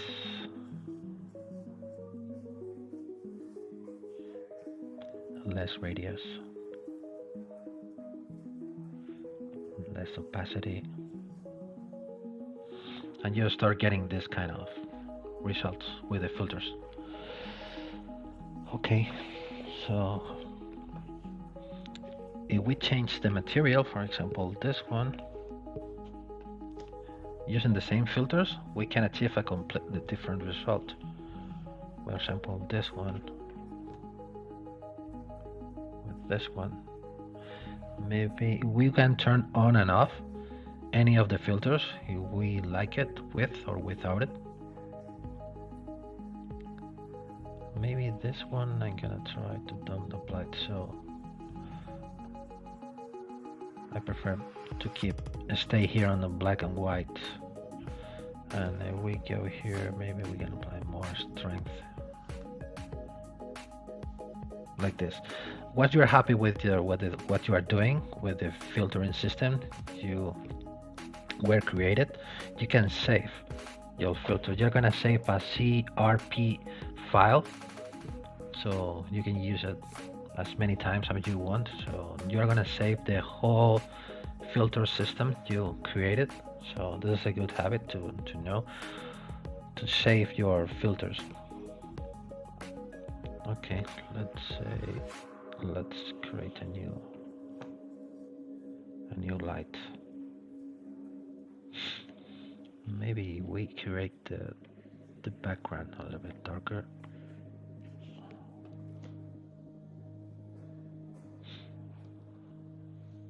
No, not that. Maybe a little bit lighter.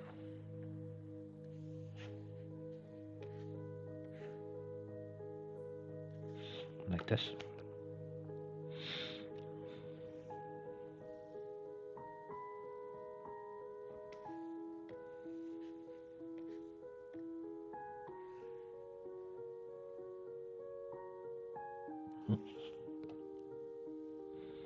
I prefer to use, this is one of my favorite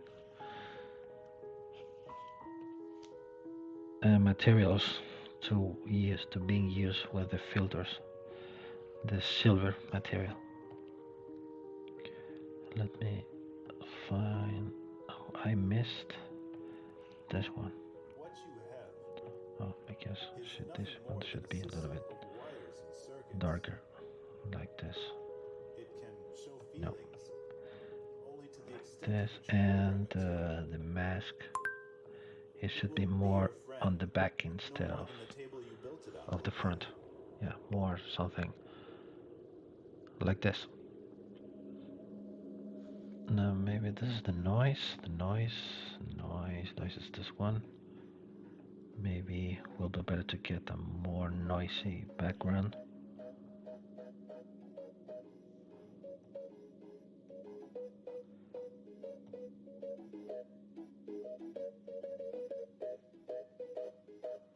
Like this.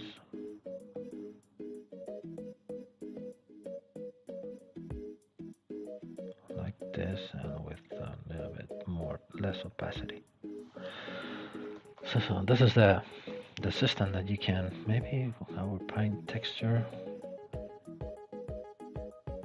No, it's not this one. Maybe I need to select this, the outline H instead of black. Let's use it this.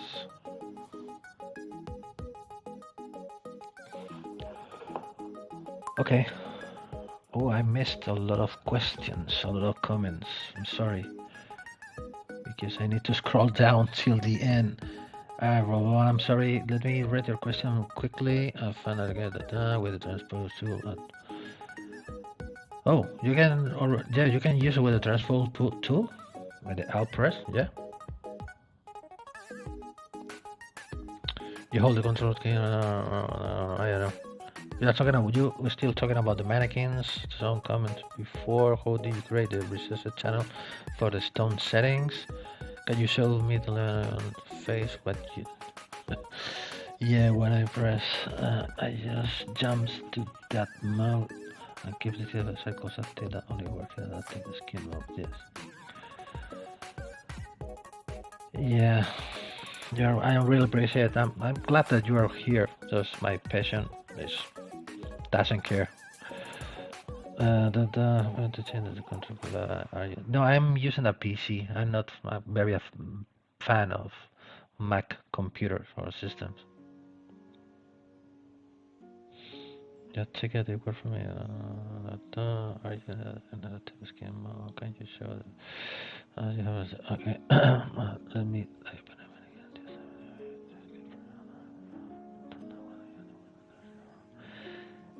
Oh, what do you do with these usually models? Well, depending on, I try to print them and cast them when I have the chance. I work as a digital sculptor for usually designers, or from time to time just create my own models, but it's my professional way of living. And no, I don't have a complete video of creation with this mod. As I said before, I created this some years ago, maybe 2 or 3 years ago. And the reason why I retake it is to try to be explaining to you different processes or how to make different parts of the model, not the design itself from the beginning till the end. So I was talking about how to make things hollow, how to make this kind of fan finishing.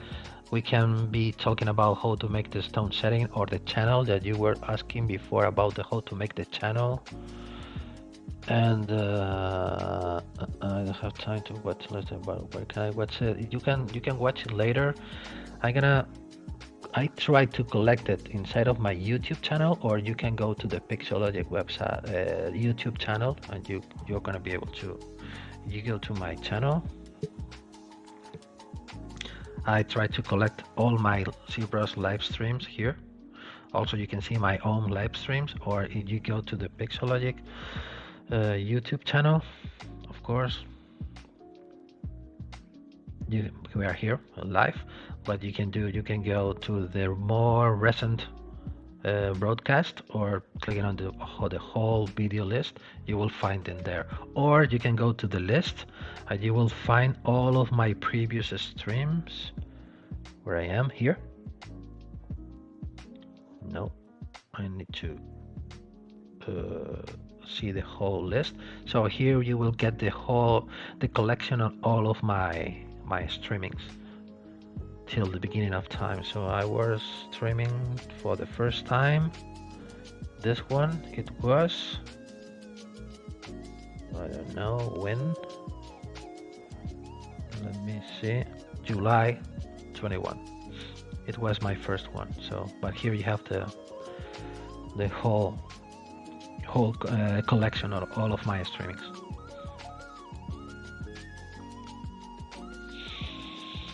Okay.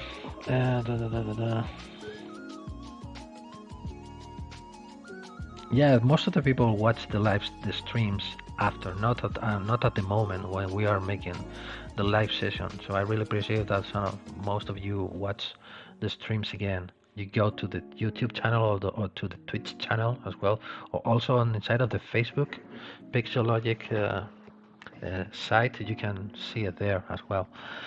So you can revisit, and you can send me your question or your comments to my email. I want to show you my social media content now. If you want to contact me and ask me whatever you need, you can do it. Go ahead.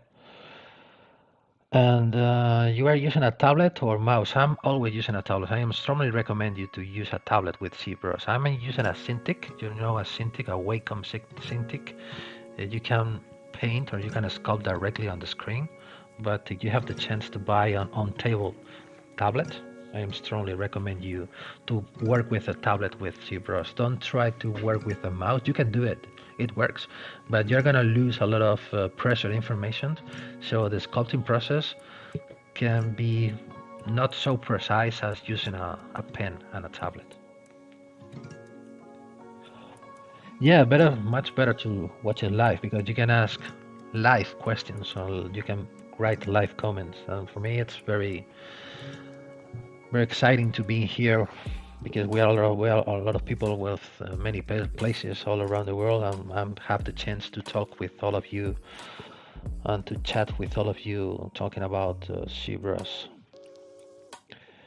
Maybe you can show how to have the pen buttons, the Cintiq buttons. I don't have any Cintiq button programmed. The only button that I have already programmed is from the pen, the right click. I have got it here, because you can see, you know that you can do the right click navigation. You want to rotate the model, you can go on the blank space and you can start rotating the model. But if you are working here, just clicking your right click, you can rotate the model from this point. It's not necessary to go out from the model. So, but I don't have any button program on my Cintiq. I only use the pen. I don't care about any other buttons. The only thing that I use is, of course, the controls, the keys from the keyboard and the pen. And I don't care about the buttons that has the Cintiq. It's my way of working. No. Yeah, I always use the keyboard. Yeah, the keyboard. Always one of the hands is working on the keyboard, and another hand is working on the pen. So I'm using keyboard. I don't care about the buttons that comes with the Cintiq and with the other tablets. I'm using the keyboard.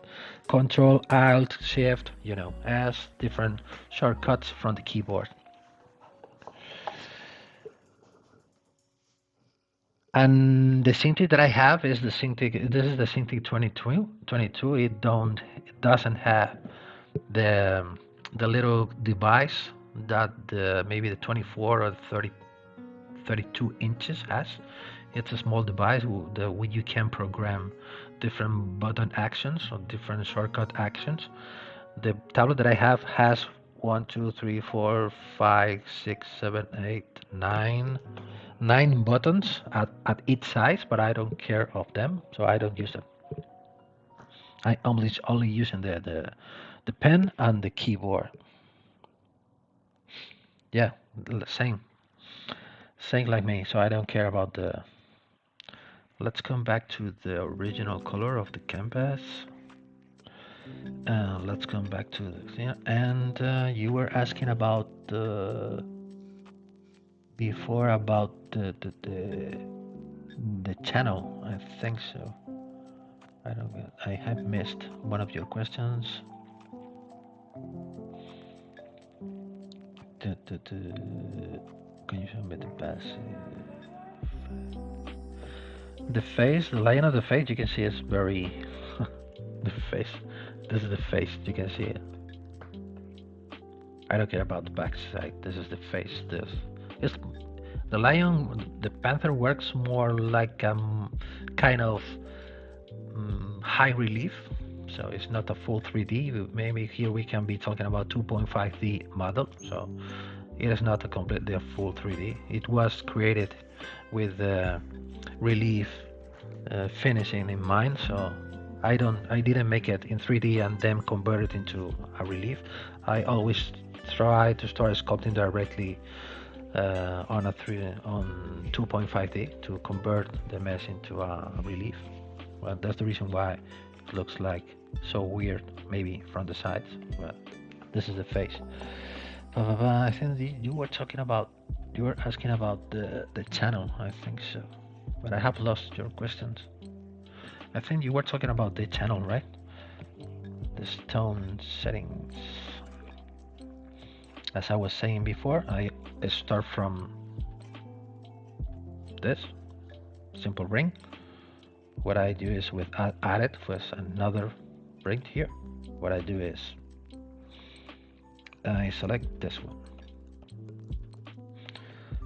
So what you can do now is you make a duplicate. I'm gonna this is the one. I'm gonna make a duplicate. And then what I do is I'm going to make it smaller. This is the previous one I have. I'm gonna select this edge. I'm gonna slide the edge, not only one. The edge loop complete. One here.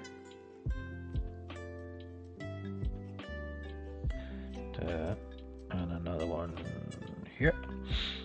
If I am able to take a measurement from this point to this point, I have 0.6 millimeter.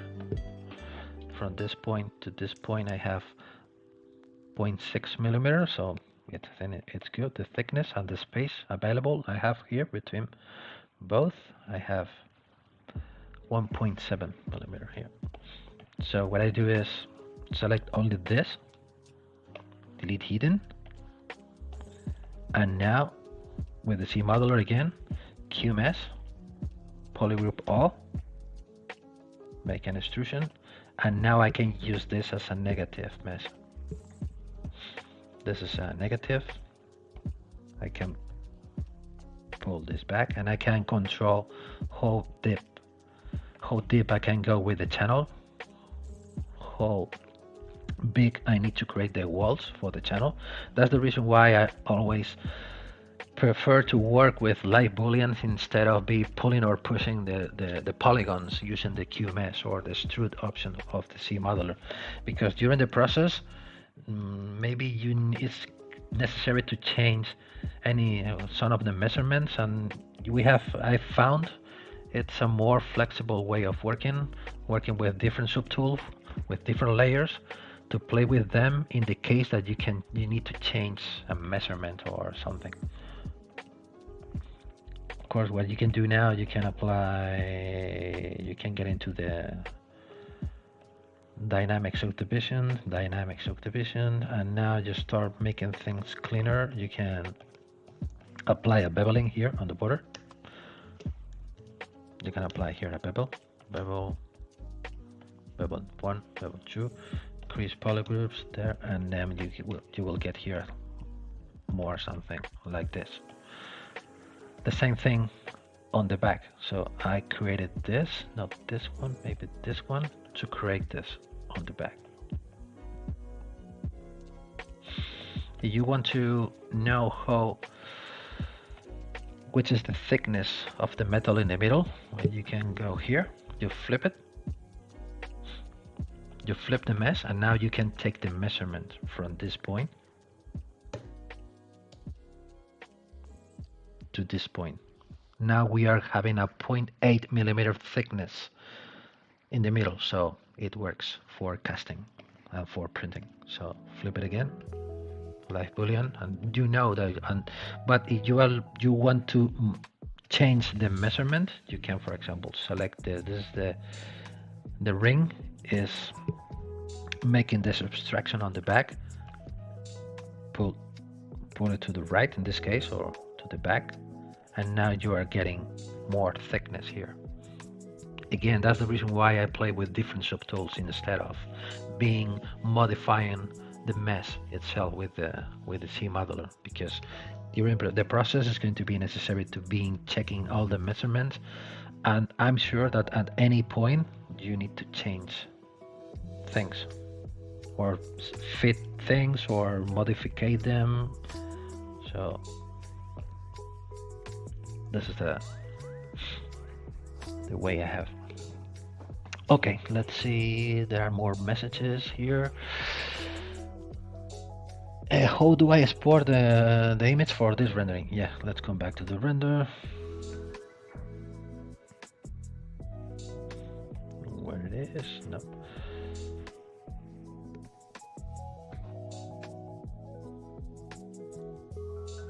See if I already have the render. Let's zoom out like this. Let's come back to the material I was using before. Let's click on render. ZBrush is still remember the filters. Maybe I need to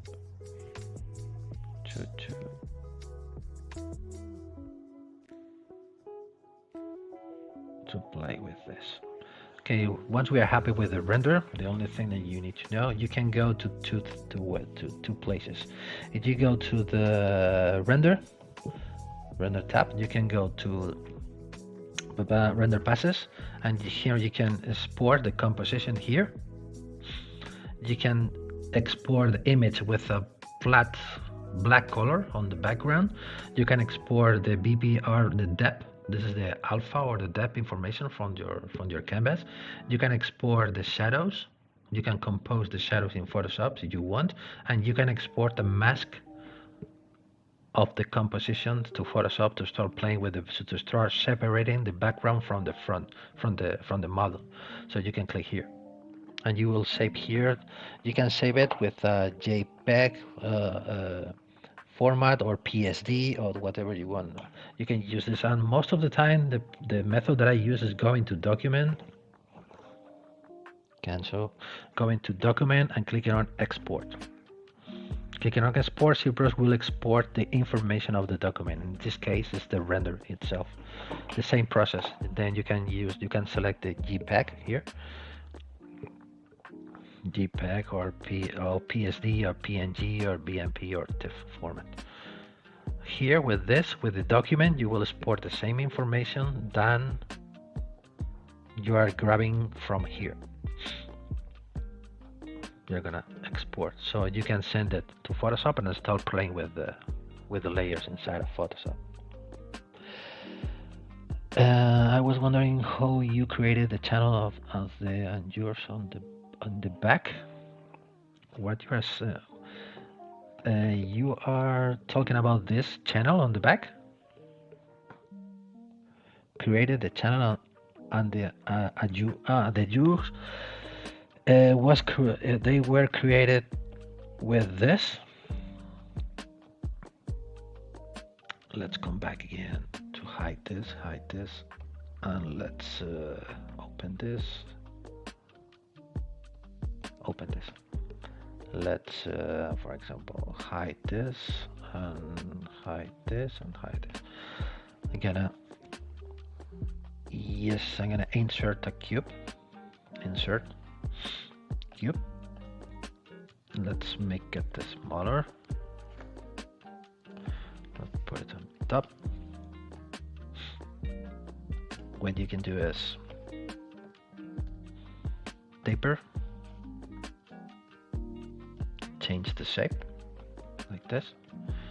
You can make it smaller here, and this is going to be an subtraction. You're going to start subtracting from the back, and this is what you are doing.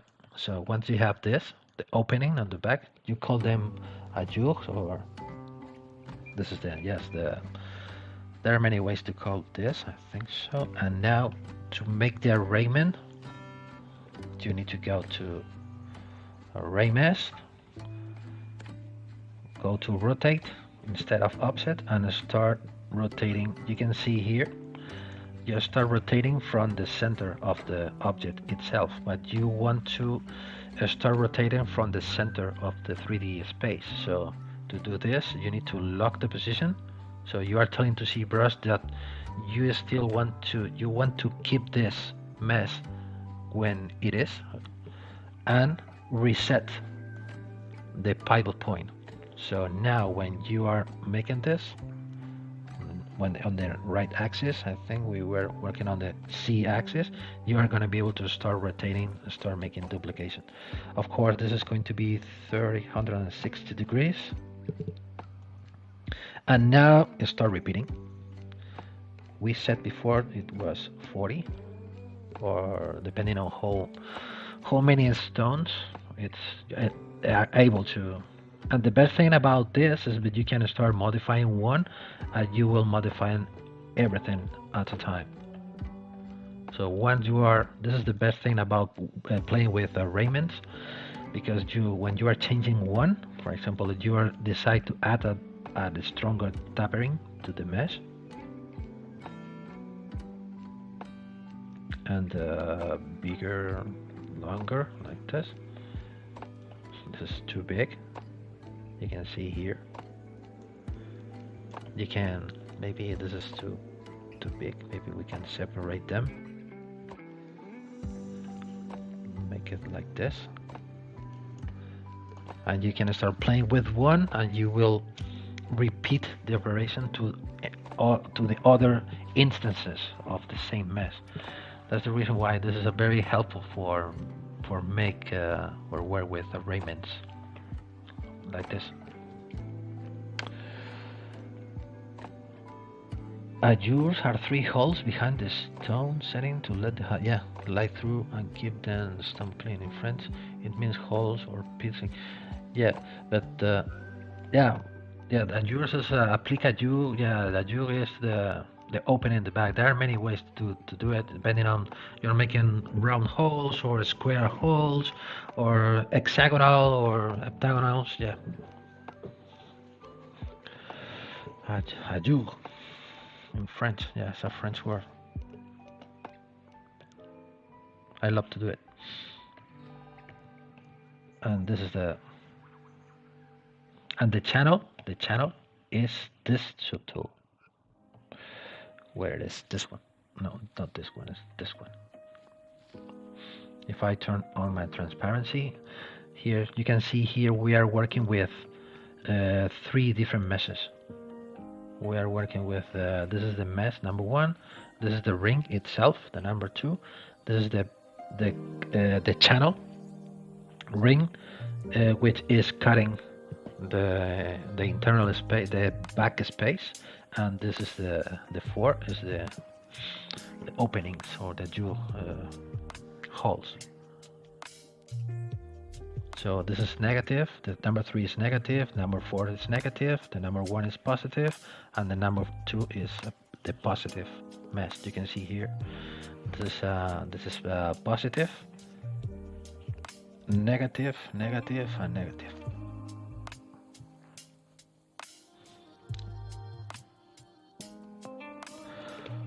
Okay, I think for today is going to be enough. On the next streaming, maybe I'm gonna be here still working on this, on this, uh, on this design. But another thing that I have in mind, the same concept, I'm gonna use this model because I am thinking seriously because I have a friend who wants to manufacture this model I have. This is also an old one. I'm gonna find it. I'm gonna try to find it. Where it is. Let me find it. Here. This is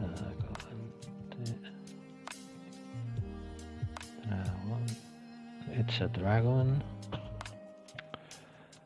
Where it is. Yeah. I have this one. But I need to work on this a lot, I think so. I think this one is going to be. I need to this one. Maybe I'm gonna need to remake it completely, or most. This one. So it's going to be necessary to rebuild again the body, because as it is now, it is too heavy. I think you can see I have this option where it is already split it into different elements, ready for assembling. You can see here where we have the keys, but it is still too heavy for being cast in any metal. I will need to rebuild again the body or redesign it, because what I have in mind is to try to make it flat on the back or almost flat on the back. I'm gonna need to make the head a little bit more simple, not so detailed as it is, and maybe and the person who wants to manufacture this has have in mind to make a stone setting to each of the scales. So I need to check out if we are going to have enough space, enough surface on the scales for the necessary stone sizes, and to split it into parts mainly. So I'm gonna start thinking about to start working on this because I would like to make it on reality. I already got it printed on resin, because we are gonna print it again, cast it in metal, and this is going to be set it with maybe colored stones or white stone. I don't know. I need to talk about it with the guy who is going to be in charge to the manufacturing of this. So, but this was a model I made many years ago and looks very nice. But in terms of manufacturing, in terms of jewelry manufacturing, it's able to be manufacturing silver, but in gold or in other precious metal, maybe it's too heavy. So I need to optimize the weight a lot to keeping the front design more or less the same, trying to keep the front view as more as it is. You can see here I already got it split it into different pieces with but I still need to be working on it to try to optimize the weight a lot, because here we have a lot of this is too thick, the body, because the body is coiled on the front and on the back, and I'm gonna try to remove the back side mostly. I'm gonna try to remove this part. All of the elements which are on the back, I'm gonna try to remove them, or at least to make them as flat as possible. Also, the body of the dragon, now it's a completely tubular, the shape, this. I'm gonna try to make more something like a U shape like this, to try to remove the unnecessary material from the back. So I need to think about it. Maybe on the next stream I'm gonna start working on this to try to show to you the process and try to share with you my designing process during the process. Okay, so this is going to be the next Wednesday, the Wednesday the 5th. Paul, you are asking a person how much does the customer pay for you for this design? Well, depends. For this design or the previous design, I don't know. Depending on the kind of manufacturing process that he's gonna use, or a lot of things to talk about. Just to say one price. Is it possible to select every alternate face? What do you mean about the alternate face? I don't know. What do you mean?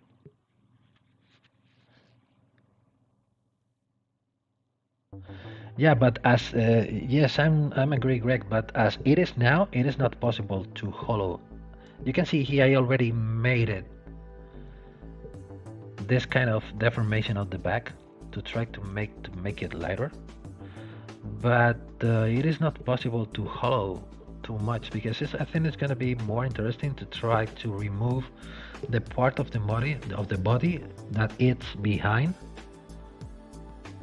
of this line.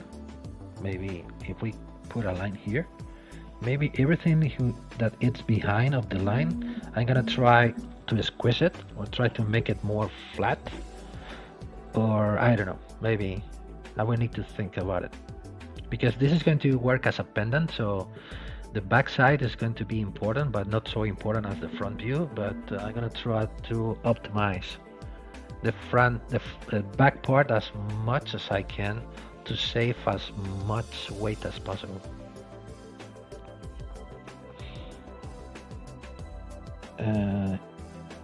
Yeah, I think that design is sacrificed too much. No, I'm gonna try to don't sacrifice it as too much, because on the front, the back, I think, and also here I'm gonna put a hinge here. I'm gonna put here, for example, this element, what I have in mind, this element. This is only one mesh. Okay, I'm gonna create here a mask. This element, the tail, the end of the tail. So, for example, if I put it here, this is the idea. One thing that I need to put it in mind. So this is going to be here. I'm going to add a hinge here to create something like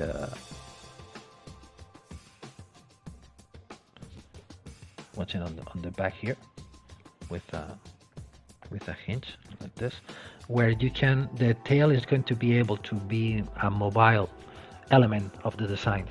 So because this is going to be a very big piece, so when you're wearing the pendant, so to don't have problem with the end of the tail, so to put here a little hinge here to being able to swivel a bit the end of the tail.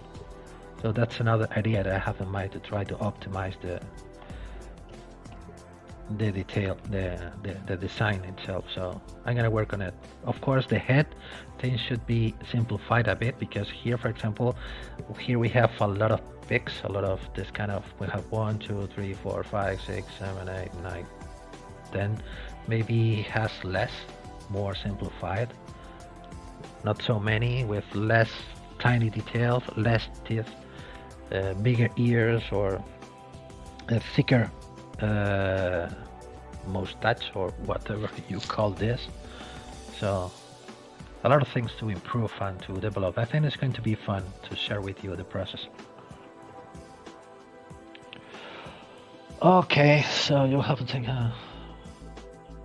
Yeah, to make the illusion, that's the concept. That's the main concept about everything, I think. So keeping the illusion from the front, but making things fake or not so perfect on the back. Okay, so I don't want to slide down the stream and do a discussion. Sure, I love it. Yeah. No problem, Greg. Very glad that you are here commenting, putting your comments on the chat. So I need to say goodbye for today. Don't forget to subscribe to the Pixologic YouTube channel. You would like to go to my YouTube personal channel, you can hit on subscribe as well. You want to visit my art station, now of course you can go to my art station, where you will see more Most of the UL stuff I'm able to make it public inside of my on my ArtStation. Also, you will see other stuff, things or more things. Also, if you try to find me on Instagram, you will find me with the name Escultura Digital 15. That means Digital Sculptor 15. You will find here my job on Instagram as well. You can contact me.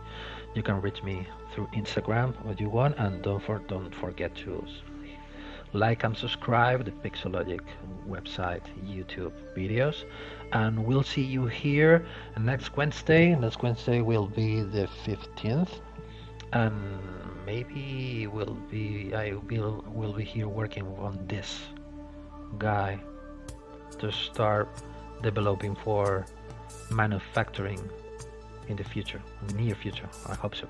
So again, thanks to everyone to be here watching my stream. Hope it has been useful for you. You leave your comments on the video below, or send me your questions or what you want. I will be glad to help you as more as I can. Again, thank you very much, and we'll see you next week. Goodbye for everyone. Take care and stay safe. Bye.